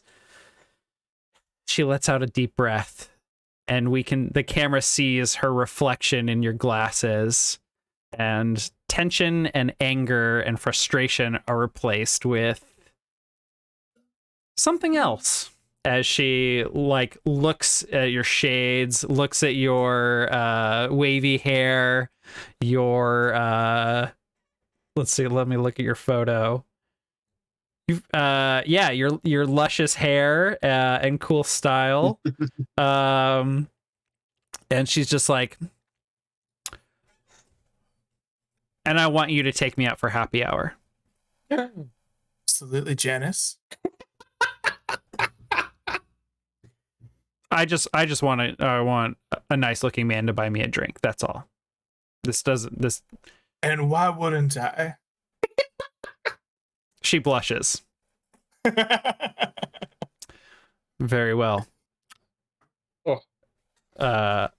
Jong, I will go ahead and process your paperwork, and we'll get you hired straight away. I'll see you on Friday at You're the 5:30. best. See you at 5:30. And she like picks up the data pad that she set in front of you and like had like scrolled to back like several pages to the spot she needed you to look over, and she just goes like next as she walks away. All right. So HR. we will see where this is going in many senses of the word on the other side of our break. We will be right back. Welcome back. So, Dax, your paperwork is pushed through and you start the next day working for Loricon Security. You have a couple of days of training, just getting set up in the system. I mean, like, there's a whole day set. Like, we're waiting on IT to get you your badge, get you your equipment. Like, you have to go through that step. We have a process. IT is overworked right now. They're really busy doing like an overhaul into a new system, blah, blah, blah. So, hopefully they'll have it done in 2 hours. At the end of the day, someone works overtime to get you set up in the system. That's yeah. And then there's like a bunch of HR presentations you have to sit through. And then they're like, after like by the end of the week, you're actually getting oriented into the actual security related stuff. Okay. There is at no point like, hey, we'll show you the basement levels. Onboarding the tabletop role-playing game. Yes, exactly. Yeah. So, and Dax, you let the crew know that like, hey, this is going to take a while before there's an opportunity to gather some more information. Sunny, you have you've set up credentials and you have these uniforms for Lori Bucks. That can get you access to either a Lori Bucks at large in the city of Maiden, of which there are 32 locations in like 3 square miles. And then there's also the location in the Loricon headquarters. Though that is probably going to be a one-time use thing. Especially if you actually show up at a store, like a Loricon store, because people are going to be like, who the hell are you? You don't work here. And also you don't know how to make coffee. At least not at the level we expect at Loricon. So yeah, this gives you all some time to kind of like work on some other things, either for the mission or personally, while you all are hanging out waiting for Dax to get through his work week and maybe have an opportunity to go into the basement or gain some more information. So what are the rest of you doing as Aaron is spending the entire work getting Mouse to make a anti-Viridian delicacy, and there are many failed attempts. Actually, that's not fair. I should give Mouse an opportunity to roll. Doesn't Mouse have like a +4 to survival and a -2 to everything else? Pretty sure he does. Yeah, but it's anti-Viridian food, which he is just he's not used to the ingredients. He's not used to the cooking methods. It's foreign to him. It is truly alien. So, can I have Andy roll me 2d6 for Mouse? He is at a -4 penalty, which is going to cancel out his survival. Oh no. Yeah, he's not doing a very good job.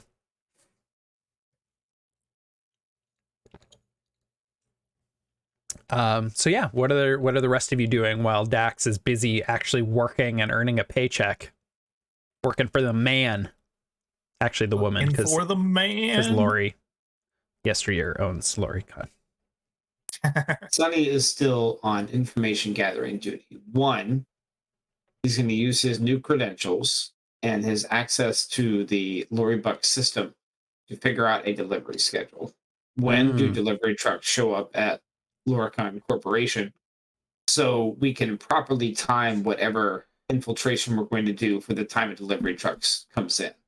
And then he's going to at least stake out the delivery office, so whatever truck is supposed to normally show up there might magically have a flat tire and possibly be missing several parts to its engine, thanks to our friend Lettuce, so that we can steal a truck and be the ones that show up on time.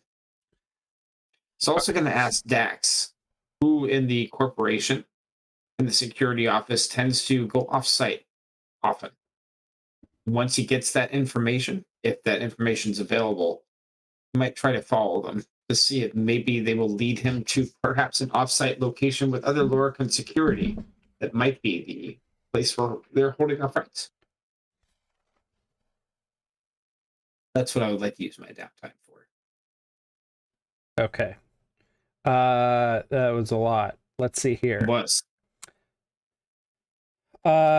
Deliveries are probably near the end of the workday, when there are fewer customers. So particularly for corporate headquarters, probably around 8 p.m.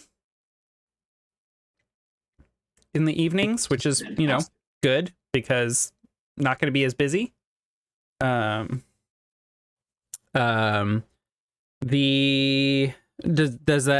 that your only question about Lori Bucks? I want to figure out which truck makes the normal deliveries so we can either steal it or we can disable it and steal another one. Okay. Yes. A lot of this is things, if I have a few weeks, I don't think it's that hard for me to figure this out. I just got to be not blatantly obvious. Right now it's just like this work week. The interview was on Monday. Dax started on Tuesday. You're gathering information throughout the week. And Dax has his date on Friday. We'll say it's Thursday at this point. You find out that there are daily deliveries by the same guy. His name is Scott. And he does the deliveries to the corporate headquarters for Lori Bucks. As for Dax, he spends a lot of time in training and orientation, but he Officer Tom, who is like the supervisor of all the day shift officers, he's got good camaraderie and morale on his team.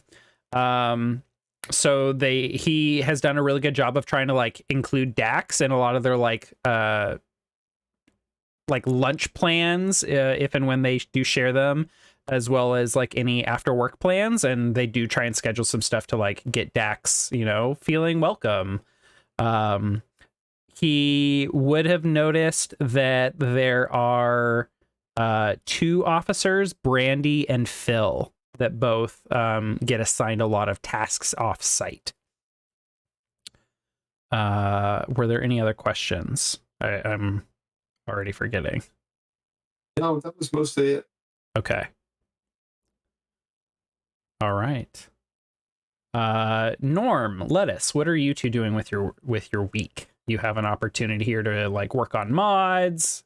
I know Norm has his ability to like connect with people. We'll just assume that is happening. But if you have other tasks you want to work on, I am not connecting with anyone except our crew.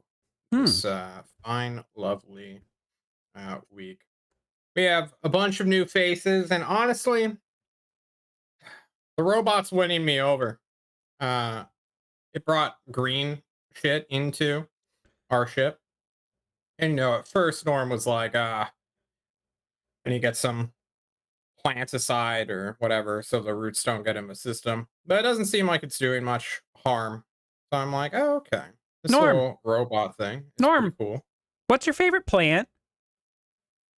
I don't know. I haven't decided.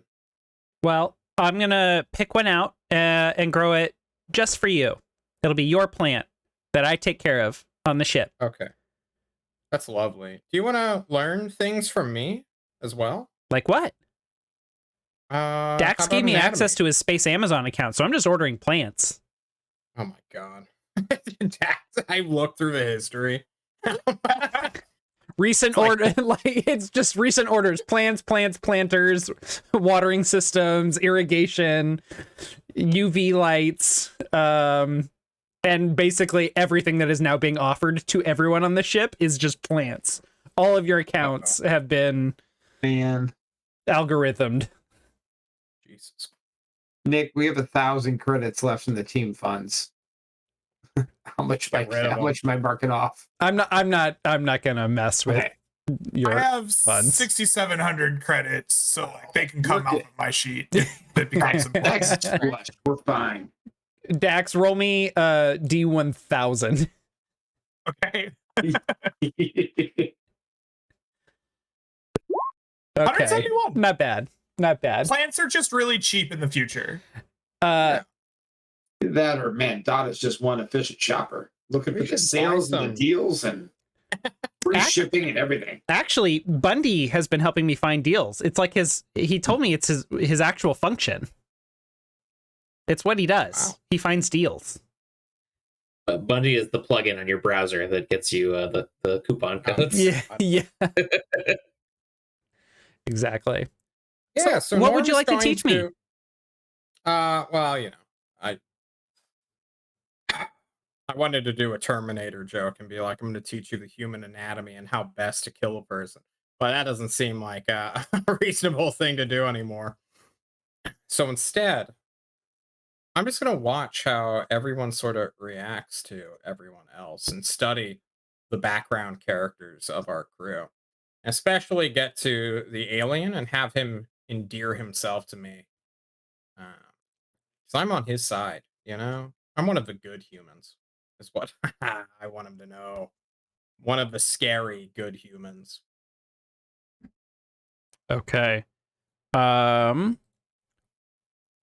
Give me a notice and a, I don't know, a buddy check. I think that would be connect, right? Let's see here. Let me look at my list of skills. Connect. That is a double one for my notice check. So that ain't working. Yeah. I think connect is more about like networking with Nick. Come on, man. That's fine. But yeah, make useful connections with others, find people. Literally, the whole diplomat and the connected meme are all about making negotiations, dude. That's fair. Okay. Oh. All right. Roll me a connect then with your alien buddy. So, what thing does he like the most? I mean, charisma seems like. Yeah, but alien. Or I would give you. I would use intelligence also. Okay. He might respect a smart human. I'm decently smart. I'm more wise than I am smart. You know. Yeah. On a 7. Okay. Here is what you connect with the Anti-Viridian Aaron on, because it's so apparent that it is. I mean, it's okay. Here's why it's apparent. You observe that Aaron is extremely avoidant and prejudiced towards Dot. Oh. Like, and at one point, I mean, you're observing Aaron just completely avoiding Dot, and then also making like crude remarks directly to Dot, like, you shouldn't exist. You like may be focused on plants.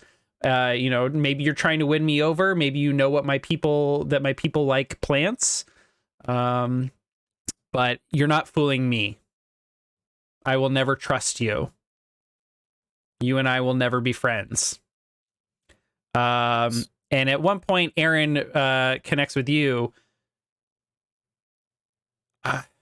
AI. They are Alien. Well, not as bad as humans was what I was going to say, but yes. A lot of AI have done terrible things to the rest of the galactic community. That's why starbirds have been hunted to near extinction. And your people don't seem to be aware of the creature living in one of your suns. I don't think we are.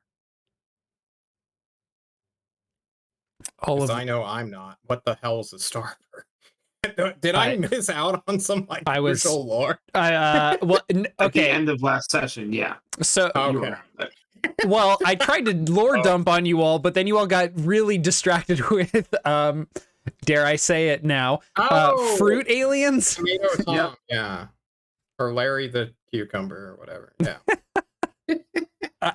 You came up with that just now, John. Oh, okay. I remember it clearly. I have my notes. I know what you're talking about.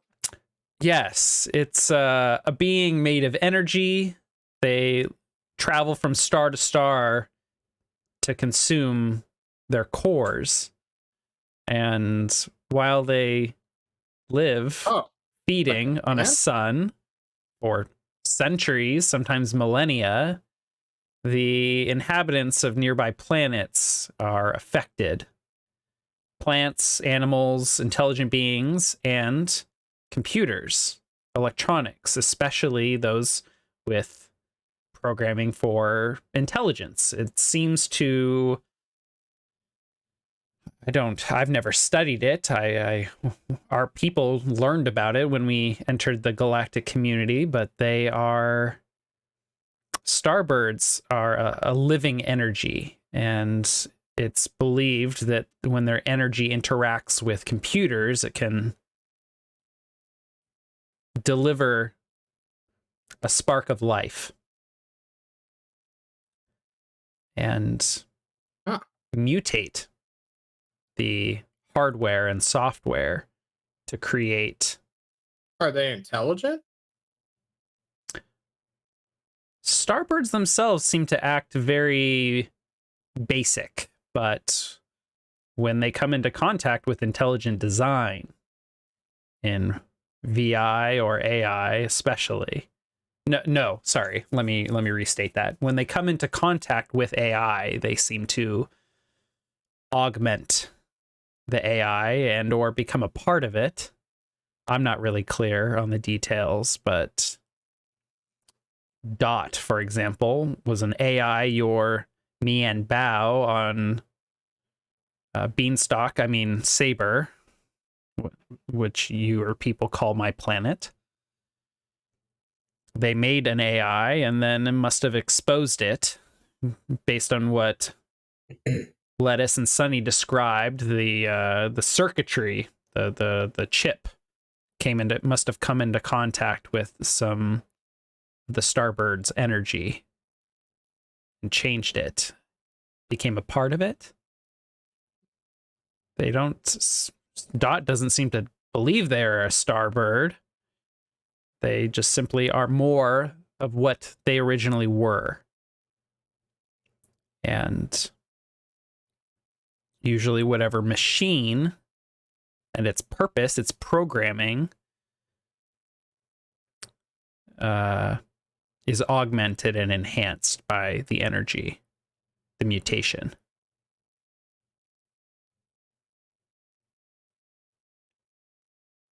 So I think Norm's going to sit on that one for a little while. So, what purpose does the vessel, the body? I've seen it making plants. Is that this robot's purpose? I guess so. Dot is in the body of a motel cleaning droid. Yeah, but you know, it's clearly doing that shit. Yes, That's stuff. but if it's a cleaning droid, then why is it so good at growing plants? Or is it simply, I suspect it's trying to endear itself to me, knowing that anti-Viridians are interested in nature.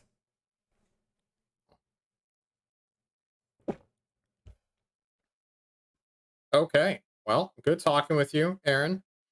Uh, I think you and fucking Lettuce are gonna get along great, man. We need to get you and like hang out with him. What makes you say that? Oh, he hates all AI, all robots with a burning, fiery passion, as if they've killed his father. Did they? And he also loves technology, and he's named after plants. Honestly, you two may, be spiritual brothers. I will have to speak to Lettuce about our mutual distaste for AI, Yeah. our mutual appreciation of nature, and our mutual interest in spirituality, philosophy. All right. Okay. Norm is going to begin a new project for Dot in a little while, but we can move on from that Okay. as the week progresses. Sounds good. Finally, what is Lettuce doing with his week?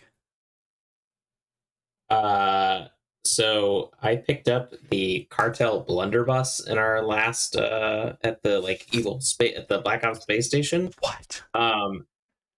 Which is a mag acceleration gun that shoots metal flechettes. Oh, hell yeah. That sounds badass.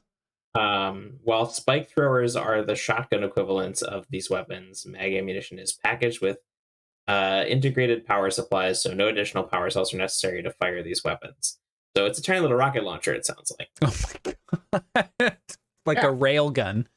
Yes. Pistol. So honestly, now I'm carrying that and the crossbow that shoots through things that looks like a wrench. I think for this week, I'm going to be crafting new projectiles to use, including breaching charges and Okay. I was going to ask you to make a breaching charge, buddy. Thank you. And to call back to our old whatever this game is called, a grappling hook as well. You should have that. You should just have a No, grappling. it broke. It Oh, broke, that's remember? right. It did break. You had it and then it broke. We used its parts to make some piece of shit. I don't even remember what. Okay. And then, so Yeah. now I'm making the cartel blunderbuss will also be a grappling hook gun. Okay. Also, we discussed how Dot is also slowly winning me over, although I refuse to admit it. Lettuce was quite touched by the gesture of him growing heads of lettuce for him. And I'm going to say we flash back to the market. Lettuce snuck off for a little while to get some materials, some quickset clear resin. And unbeknownst to anyone in the ship, he has immortalized the head of lettuce inside of a resin shell that's on like a little plinth. So there's just a fucking frozen and carbonite lettuce head sitting on the shelf now. You've epoxied some lettuce. Mm-hmm. Hell yeah. But somehow also frozen it so that it does not decay within the epoxy. Right, yes. Have you seen well, maybe not. There is someone who posts regularly on Reddit a update every week or every month now of a hot dog in epoxy and where it's yeah. Anyway, okay, give me I'm gonna need 2 fix checks. One will be to repair the grappling hook. Okay. The grappling hook and breaching charges, that's with Sunny's help, right? Sure. I mean, sure, I can absolutely help you. You just said that was your direction. You were going to have me make some breaching charges, right? Yeah, So, I mean, we have demo charges. We have all kinds of spare parts. So I'm working with you to collect parts and, help figure out. So we have 4 remaining demo charges. I've got tons of Type A power cells we can set up with you. We've got spare parts. We've got a whole bunch of stun batons we can use for electrical charge if we need to. You tell me what to expend off our inventory, Nick. I will, depending on the results of the roll. This Dex or intelligence? This is probably intelligence. Fuck. Okay, so did we put the grappling hook on your equipment? Probably No. not. The grappling hook is not on the equipment. Okay, so I can look up the fix rules, but here's what I'm going to just house rule for now. If it is way too unfair after I check the rules later, then we can go back. But I'm going to need a DC 14 check to fix the grappling hook. But for, an 8, 10, 12, if you don't meet a 14, but get up to one of those breakpoints, it will lower the DC by 1 per level of an even number in the future. And that will be cumulative. So if you get like an 8, next time instead of a 14, it would be a 13. If you get a 10, next time it would be a 12 you need to reach, that sort of thing. Oh, so the grappling hook is an ongoing project. Yes, it will be an ongoing project until you reduce the results. Okay, so go ahead and add broken grappling hook DC 12 as an item to your inventory. So you'll need, or add it like as a line under other equipment. I'm gonna add it as a line to the cartel blunderbuss since it's a function of that. Oh, okay, Nice. Perfect. Sounds good. Edit, and then do I need to do another one for the creation of the breaching charges, or is yes, yes. Okay. What's the DC on that one? Probably DC 12 for that one. DC 12 is the current for the grappling hook now that I rolled an 11, right? Or is it 13? DC, it should be DC 12 now. For the grappling hook? Okay. Yeah, for the grappling hook. And then to make breaching charges will be DC 12 as well.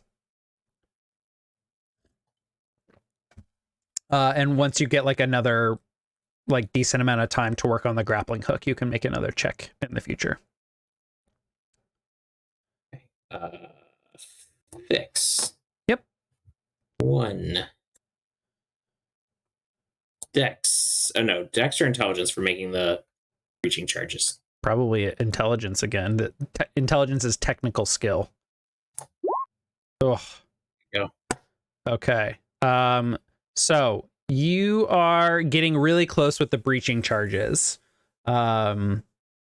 There's just like a little bit of a breakthrough you need to make to get there.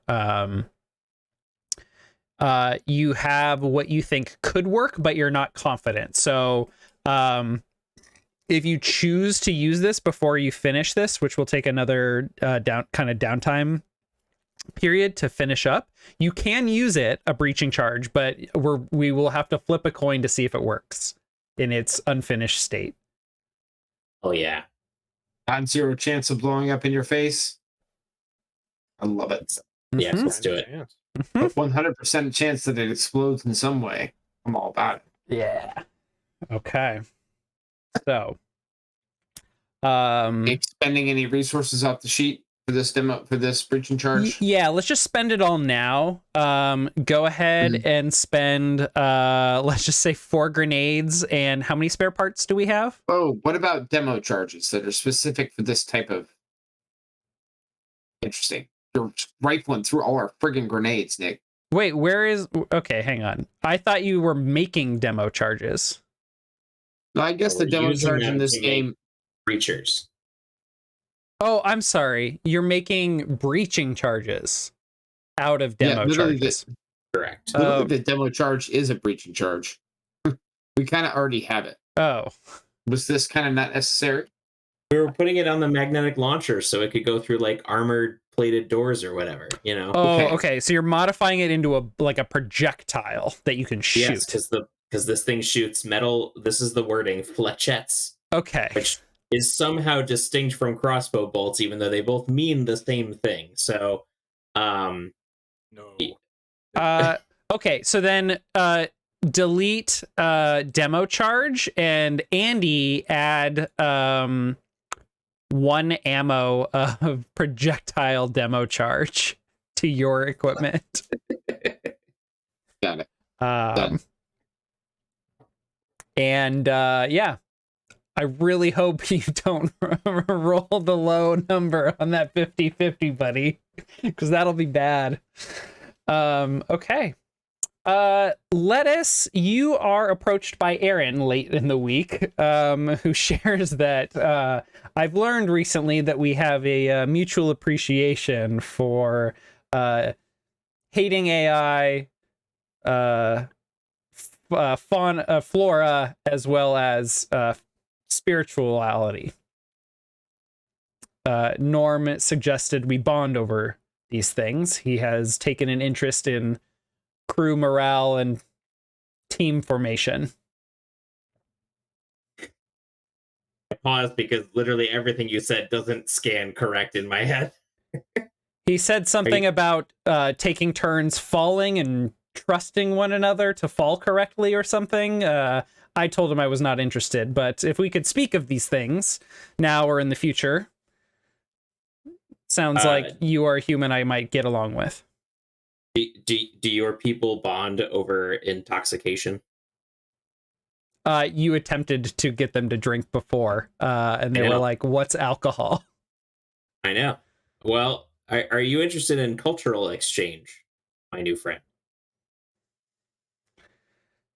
My late spouse was served Minerva, and they took a great interest in pro-social actions, bonding, and I am trying to keep my spouse alive through some of these acts. So I suppose yes. Cultural exchange. My people bond over a ritual called gin, and maybe I could take you through the ceremony so that you might experience it for yourself, and then we could bond over plants and disliking that little pissant robot. And when I say that, I like push the lettuce, lettuce frozen in carbonite, like behind some shit on my shelf, and then just like, and what did you say? Philosophy, sure. No trust falls yet, though. Okay. Give me a connect at +2. You are A, using social lubricant, and 2, using a plant-scented social lubricant. I'm gonna crit this because my charisma is insane. Nope, just kidding. That's an 11. That's pretty good. 3 11s in a row. Andy. Wow. You're a machine. Mm-hmm. Yep. Ironically. I pour the gin and teach him a toast. They them or die.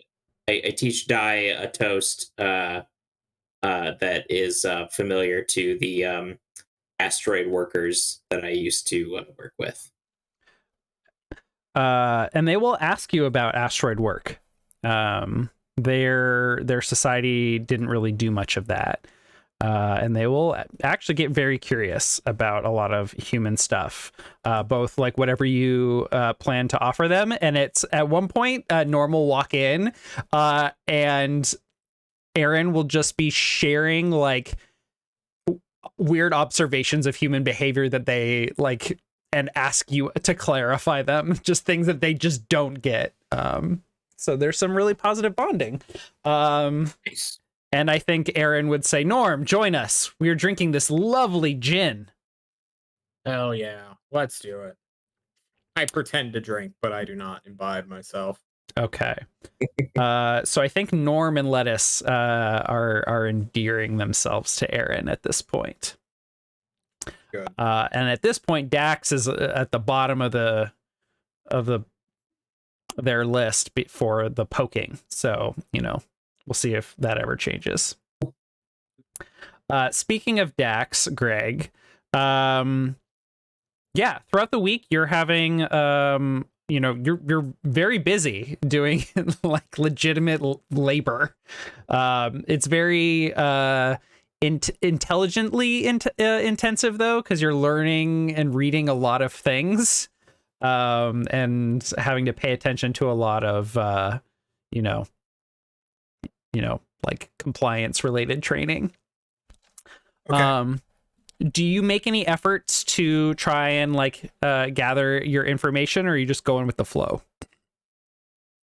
I think I'm just going with the flow, right? Like, I'm not here to do a good job. I'm here to like get as much information back to the team as I can. Mm-hmm. So I think that's kind of where I'm at. Yeah. And Tom, Officer Tom, your boss, is making like a concerted effort to like help you build teamwork here, or feel welcome, feel a part of the team, like get to know you on a personal level, like not just like the transactional I'm your boss. Are you receptive to that at all? Sure. Yeah, I think so. Right. Like, part of good reconnaissance is making sure that you have the like making part of good reconnaissance is like making the use out of like human resources, so to speak, right? Mhm. So like, if I can turn Tom into a friend, I see Tom as like a great in on the like military side, and then Janice is possibly like, if she's a gossip queen, like I could probably figure out things that I might not know from the like buttoned up military boys. So I see them as like human resources to like help in the investigation. So I'm receptive to those Yeah. social cues, I suppose. Yeah. So Tom himself has never been in the military, but he has been working in security for like 20 years for various corporations. And he seems to be very well respected. I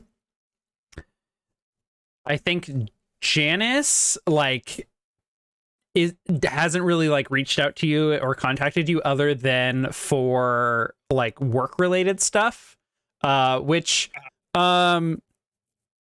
very early on in her work with you to get you like to fill out paperwork before she ran into the issue with you and made your deal, she said that she was gonna have to follow up with you to get a lot of information, which she has just not done.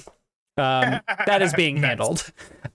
So but Friday morning you receive a message in your company message system with like a time, a reminder of 5:30, and she also says like, I'll meet you by the fountain, see you tonight.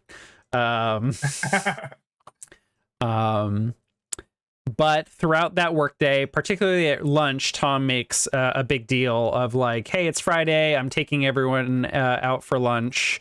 As our final like welcome to Jong for the week." And at one point, he goes and like orders like some lunch beers for y'all, which is when you get Brandy and Phil alone at the table, and they're just like, "So you've seen some shit working at other corporations, huh?" Yeah, I have. I like to keep everything well connected. Or I like to keep myself well connected to everything. It's an important part of Spec Ops, Yeah, we were really impressed during your interview. You mentioned the stuff that went down with Aphrodite. So is that Spec Ops training that you use staying involved? You tapped into some knowledge sources? Because we understood that they kept that heavy under wraps. A lot of it is contacts that I used to have. I try not to lean on them over much, but since we're going to be teammates here and teammates are built on trust, when you work in that line of business, even when they shut down the project, you tend to have some friends. I was sent here on a recommendation from Aphrodite. If you were to check the paperwork. Well, we just like to keep moving forward, you know. No need to check the paperwork, so to speak. So, did any of your contacts tell you anything about Loricon? Any crazy situations come up from recent history? Anything you're the dying only to thing ask that- us? The only thing I know is that this lawsuit's in your books, right? You seem to be winning it. But I heard there might be some extremists trying to make this lawsuit go a certain direction. Know any more than that, but that's the word on the street, so to speak. Huh. Yeah, our yesteryear and some of the other execs, they got sticks up their butts about all of this. They're really anxious. Yeah. So we have to run a really tight ship around here. We don't really hear any specifics ourselves, but yeah, we just this week or just last week got notice of some terrorists like really wrecking some of the other corporations. Got themselves high up on the wanted list. Oh yeah. I've heard the APB went out to all the corps, yeah? You saw it? I thought about maybe being a bounty hunter and decided it's too dangerous. Rather do security. Oh yeah. Most of them. And I don't mean dangerous as in, physically dangerous. I mean financially dangerous. You never know when the next job's going to come to keep your pockets full. Keep that fuel tank going. Exactly. I want that stable job, Keep things on the up and up. They both nod. I just didn't want any misunderstandings about my willingness to take on danger there. Respect. Well, we've got a pretty heavy duty arms locker that Tom can give us clearance to. I think he's going to go over that with you later today. And they both nod at him as he is returning to the table with drinks. Excellent. Yeah, we'll finish up here, and we'll get you trained on some of the more extreme case scenarios. Show you the weapons locker. See what we're working with here. Love to see it all. All right. And later that afternoon, he will in fact take you to a very heavy duty locker where there is tons and tons of heavy duty armor, heavy weapons, medium and light weapons as well. And he'll just show you. He's not going to have you try anything on or check anything out, but he'll go over the procedures. If there is a red alert emergency, things involving lockdowns or threats, I can authorize, and there are other supervisors that can authorize access to the weapons locker. Otherwise, this door is closed and inaccessible. And you have, your standard issue stun baton and pistol that, we've already given you that you can use. But when shit's going down, we've got one of these lockers on every other floor. And then he'll run you through some really kind of huge emergency situations and procedures, but most of it is more of a formality for him because he knows you've seen a lot of stuff. So he's supposed to ask you what would you do in this situation, but he's more here is our procedure for this one. This is our company's protocol for handling this situation, et cetera, et cetera. It's also on your slab. So if we're in a situation and you need a reminder, it's in the T drive or whatever. Right. so he gives you basically another opportunity to ask like questions if you have any. I don't know off the top of my head what questions I would ask. Right. I guess I know that the weapons locker is locked by his code, so I have a priority to stopping him and when the shit goes down. But like I think he's giving me the information I would want to know, like how many people react and where are they, and you know, like that seems to be like the standard stuff. I can't think of. I guess I try to steer the conversation. I don't steer the conversation. Like I'm going through the training with him, but when we have the opportunity, I'll probably ask about like, you know, where they might keep detainees or something, right? So I can see like I want to get the information on where people might be located so I can get that mapped out in my head to give to the party. Yeah. He gets really coy at that particular question, not because he's like suspicious or anything, but he's like, well, it says right here that our procedure is to call local authorities and get planet or moon, the moon's corporate security SWAT teams to come and pick up anyone that we detain if there is illegal activity. We're supposed to hand them off to them. All right. Now, if that happens, you just let me handle it.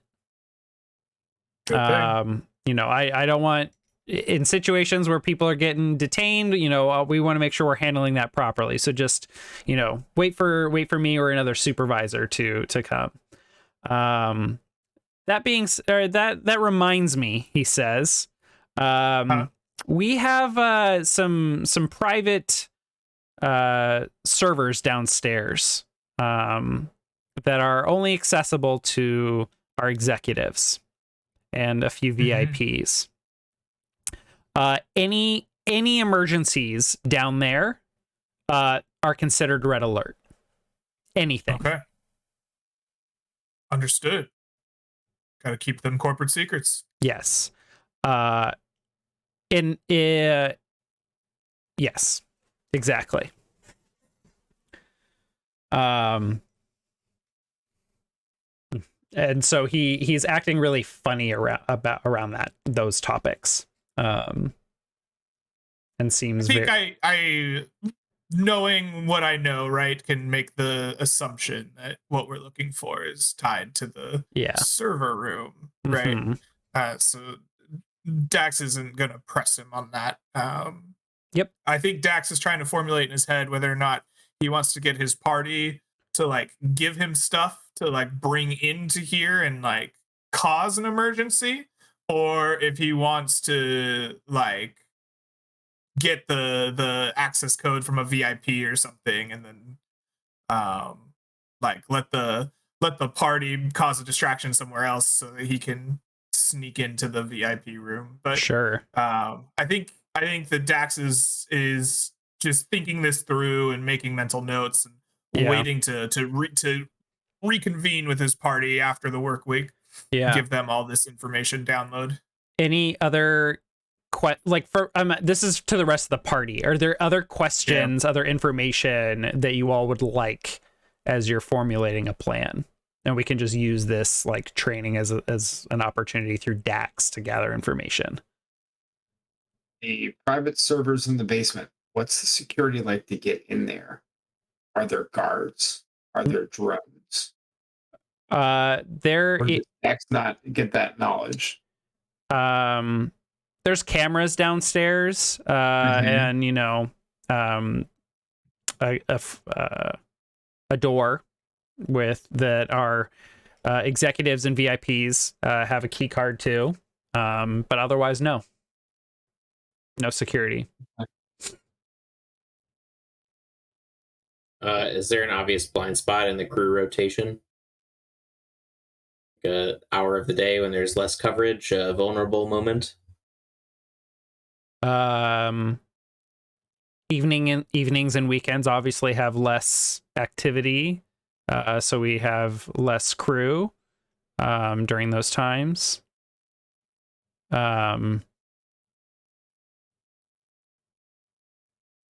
Maybe we shouldn't have as many of these social outings as we do. That brings a lot of our, a significant chunk of our staff, our security staff, out of the building. But, we have a dozen people on staff during the day and always can call, Moon, the Moon's corporate security, like, to the building if we need it. Yeah. Yeah. Exactly. That's a good question. What else? Nothing. I got nothing for questions, but I'm starting to get a plan in my head. Okay. And any questions about VIPs? Who are they? That's a good question, John. Yeah, what are their names, Nick? Where do they live? What's their bank codes? I don't have that information for you, says Tom. Lori Yesteryear, of course, and other, chief operating officer, chief financial officer, et cetera, et cetera. And then there's some other folks, names you might recognize from some of the other corporations. And it's basically the same list of the names of people that you suspect or believe are members of the cabal. Mian Bao. Fuck, I forgot what some of those names were. Ebenezer Screw. Which I love that guy. I love that name because I have to slow down to pronounce it.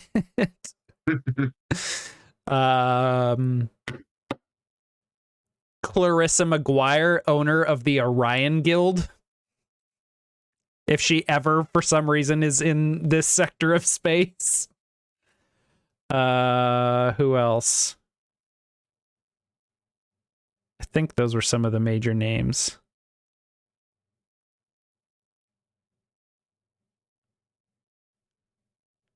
Yeah. That's what I got so far.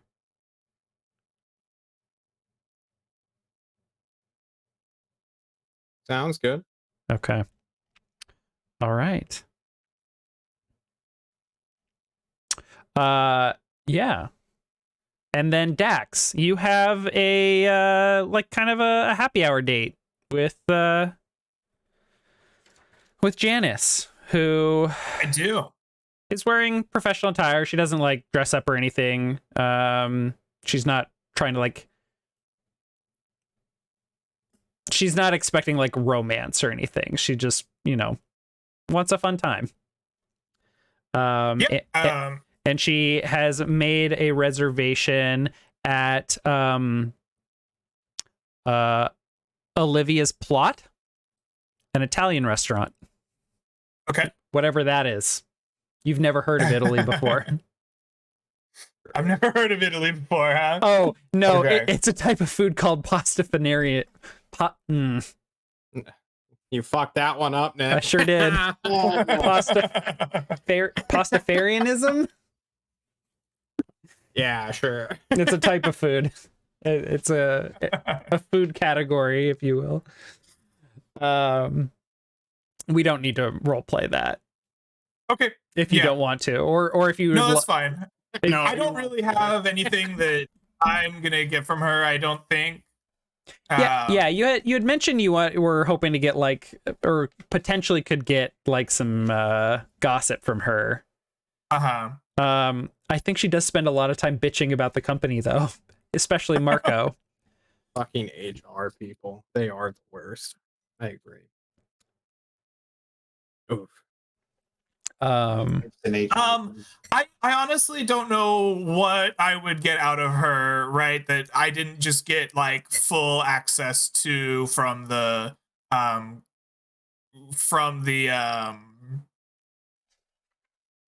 duder From Tom. You know what I mean? Yeah, from Tom. He gave me like their employee handbook with like, this is how many people we have, here's where our guns are, here's where we're gonna be in these situations, right? I know where the server room is, right? Yeah. I guess I would see if she knows rumors, like what's the hot goss on the streets of the corp, and if it's mundane, oh my god, did you know what Sally wore to the office meeting last week, right? Like, then whatever, right? We don't have to role play that. No, But if she doesn't give a there's shit something about that. interesting, if there's something interesting going on, maybe there's a cool tidbit I could pull out of there. I don't know. Yeah. Well, tensions have been really high ever since this lawsuit started. Lots of people, quietly quitting, people worrying about their jobs, people looking for jobs elsewhere. Just lots and lots of stress for a lot of folks. The tensions with the workforce have also been really high, to the point where we've been hiring a lot of people. Well, no, we've not been hiring a lot of people. We've been contracting Harkaway kids. So we in HR have been had to work really hard to get all those Harkaway kids, compliant. Although as contractors, they are not required to train in all the same things, and our obligations are a lot less. But Harkaway charges a lot for them, less than what the miners have been asking for, but not much less. So that's hot, and everyone is really kind of stressing out, myself included. But with Marco out of the picture, hopefully some things will change around here. We'll see. At the very least, my job will be easier, says Janice. And another thing that's got a lot of people talking, though not as many as I expected, because it was very hush hush, but there were some people that broke into the basement about a week and a half ago, 2 weeks ago. Oh.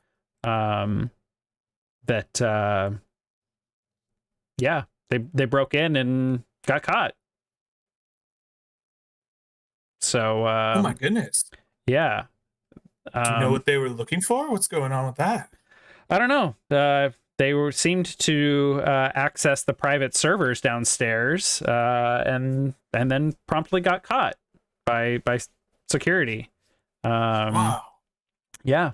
Something like that, you'd expect our security to get in a lot of trouble. But for letting people into the server room, and apparently those people got in, but got caught promptly afterwards. And of course they got picked up. She gives a very wry smile. Wild. You wouldn't know how they got in. We need to look at that as a security team, I got to make sure this company's on board. We got to make sure you're in Marco's office. Yes, I mean, I don't work in security, so I don't really expect to really know. I mean, the protocols themselves are not available to me in terms of why there's so little security downstairs for something so valuable and concerned about by our executives, but apparently they just, hacked their way in. And Wild. Tom and the other supervisors don't seem to feel the need to station anybody down there. It's never been written into any job descriptions, just responding to emergencies down there. Well, maybe I'll have to have a chat with Tom. Well, enough about work. Let's buy you a Cosmo. Excellent. Although I'm a gin lady, so. Oh. Well, a gin and tonic? What's a gin drink? That sounds good to me. Okay. And she will have you buy several of those. Okay. So Make it Jin Cosmo. Gen Cosmo, hell yeah. So since we have gathered some information, and especially the gears have been turning in Brian's mind, do we want to like write down our plan and maybe put it in our notes so we don't forget for next time what we're thinking? Oh, I have a plan. I have one small little back piece to the plan that I need to Sure. flashback to. Okay. Sonny wants to go to Dot. He wants Dot to grow something for us. I would love to grow something for you. What can I grow for you? It's like an odd request, but you seem to be an expert on plants. I need you to grow something that stinks really bad Oh. and that stains everywhere when it gets on it. Like if we spill it on the floor, it'll be there forever. There is an uncharacteristic like pause. And not just a pause, but like a stutter. Mhm. And Dot is like, I don't think I can. I don't think I can do that. Why Stain not? things? I don't want to do that. Why would you want to do that? I have my reasons, but if you don't want to do it, Dot, then I won't make you. And then I will pat Dot on the head gently. What? And if Dot says nothing else, I'll go find Bundy. Hi, Captain. What can I do for you? I need like maybe 20 stink bombs. Can you go on my Amazon account and order some for us? Yes, I will try and find a good deal for stink bombs. Thanks, Bundy. Appreciate it. All right. Sonny, do you mind, Nick, if I try to pull the team together and outline my plan? Please. I have it written down. Please do. All right. Team, here's my plan. Dax, you've done a fantastic job infiltrating Lorcan. And he sets 3 objects in front of him. Line shunts. These line shunts, we need to place them at different places inside of Lorcan so that when I hack the system, they won't know that I've hacked them and we will get access to the information and systems we need. This one is easy. This needs to go at whatever your terminal is. Access into the security network. This one here holds it up. Can be a little bit harder. This one's going to need to go in the security office so we can gain access to their security cameras. And this one will be the hardest one for all because it needs to go to the place that has access to all the information and systems in the building. HR. Once we get these in place, we'll use our contacts with Laura Bucks and we will create charges. We have things on the ship we can use for it. Power cells, flares, remotes that I'm sure Dear Lettuce can set up, and then a whole bunch of stink bombs that I have had Bundy order. And we're going to distribute them in the Laura Bucks stuff to all the break rooms and set them off to create a large distraction inside the big building. It'll send the cleaning robots nuts. It'll send all the security forces running everywhere to see what's going on. This distraction will allow us to maybe infiltrate the basement and find whatever we need. We go down there, we take control of the database, we acquire the info we need, we find the place where the people are being held, and then we go in hot and we rescue them. And we leave information in the system that implicates Marco in the breach.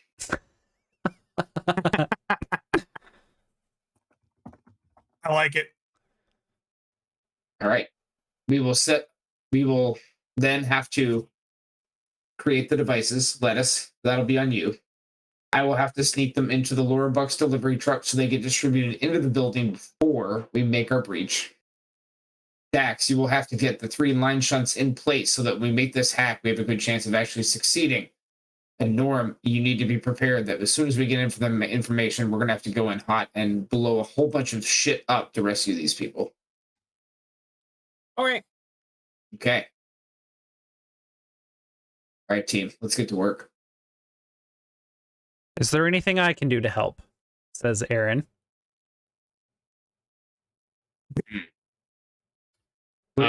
Yes. Oh, Go ahead. yes.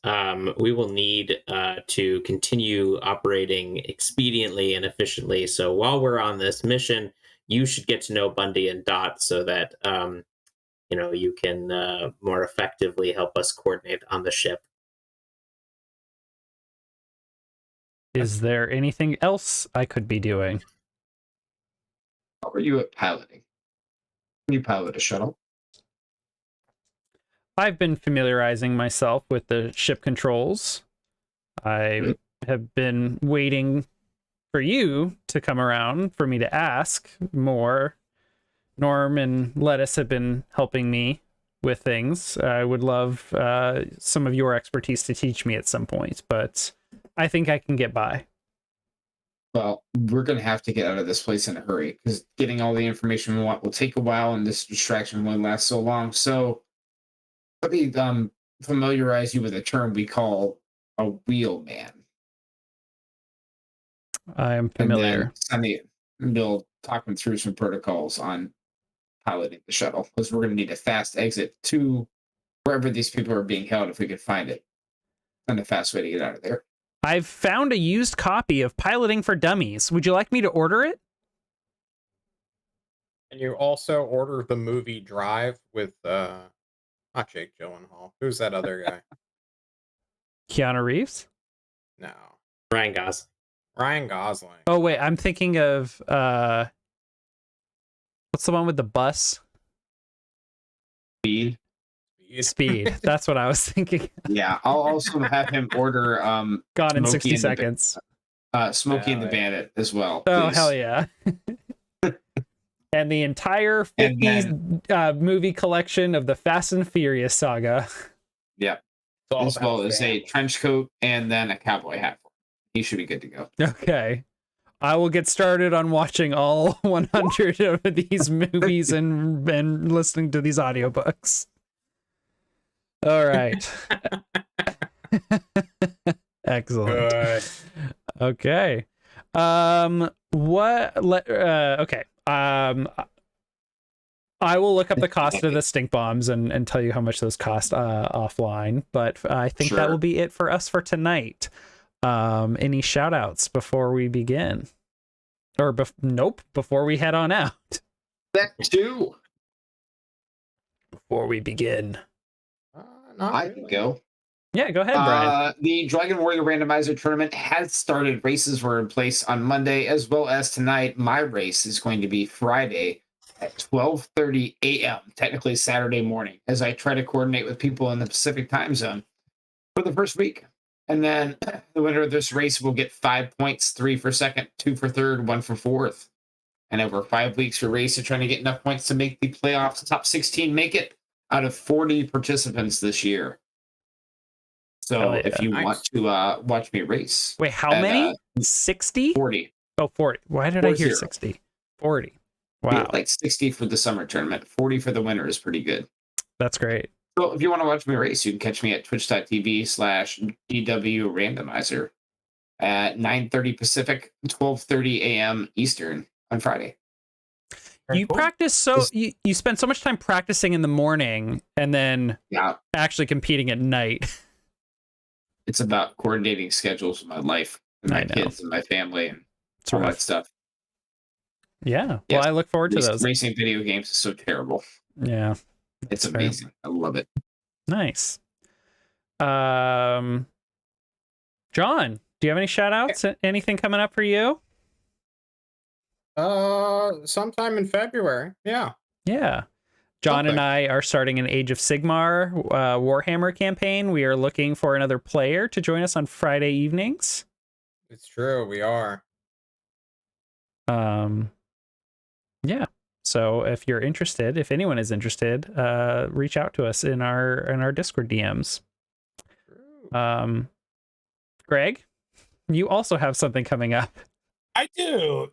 Yeah, this Sunday, I will be taking over the game that I've been playing in with Bradley Omega on his channel, moving it over to my own at twitch.tv/Greg Hansen at 7 p.m. Pacific, have a lovely player in ApolloNik joining us, and we are going to be running a new campaign. So that should be a good time. I should probably announce that in my Discord. Yes. Yeah. While I'm thinking about it. But yeah, I hope that we'll see some of you guys there. It should be pretty fun. I'm looking forward to it. Yeah, there's going to be a lot of like there is a lot of like house politics, like medieval house politics that we're all four of us are going to be playing a different noble house when a crown prince was just killed. I'm really excited. I've put some good thought into my character, both their concept as well as their character creation, and I am playing a 18 con 18 dex halfling barbarian. And I am very excited. Fantastic. He is small and furious. Exactly. Cool. Andy, do you have anything for the good of the order? No upcoming games, no plans. Hell yeah. I'm listening to this really cool podcast called If Books Could Kill. It's a scientific and cultural review of like airport bestsellers and the damage they've done to society. They have an episode about Freakonomics, stuff about authors like Malcolm Gladwell and Tim Ferriss and the horror that they have wreaked on human intelligence. They in the first episode, they establish a definition of what they call airport books as a super spreader events of American stupidity. So I'm listening to that. That sounds really fascinating because I recognize a lot of those names and they are content I've consumed. So I would be very interested Absolutely. in that. I was a listener until quite recently of what's Malcolm Gladwell's podcast Revisionist called. History. That's it. And they acknowledge he's not a bad writer, but some of his older books are just like he draws some bizarre scientific conclusions, and they review the methodology of some of the studies that are used in these books, and also just go into why they're not that great. Nice. Yeah. Very fascinating. Well, with that, everyone who is watching, thank you so much for tuning in. Come hang out with us in the Discord. We're constantly playing games and talking about games in there. And let us know what you thought of the episode. We will see you next week after 2 weeks of not being on a mission, but some really cool character moments. I've actually really enjoyed the last 2 episodes. The last 1 episode that John has been awake for. So, Thanks, man. Glad to be a part of a show, ApolloNik. We're so glad to have you, John. Thanks for being here and staying up to hang out with us. We love you. That's unfair to only direct that. That's unfair to only direct that at John. You can literally see me nodding off last week on the video. So. You do a much better job of hiding it, Andy. Okay, we'll see you next time. Thanks for tuning in. Bye-bye.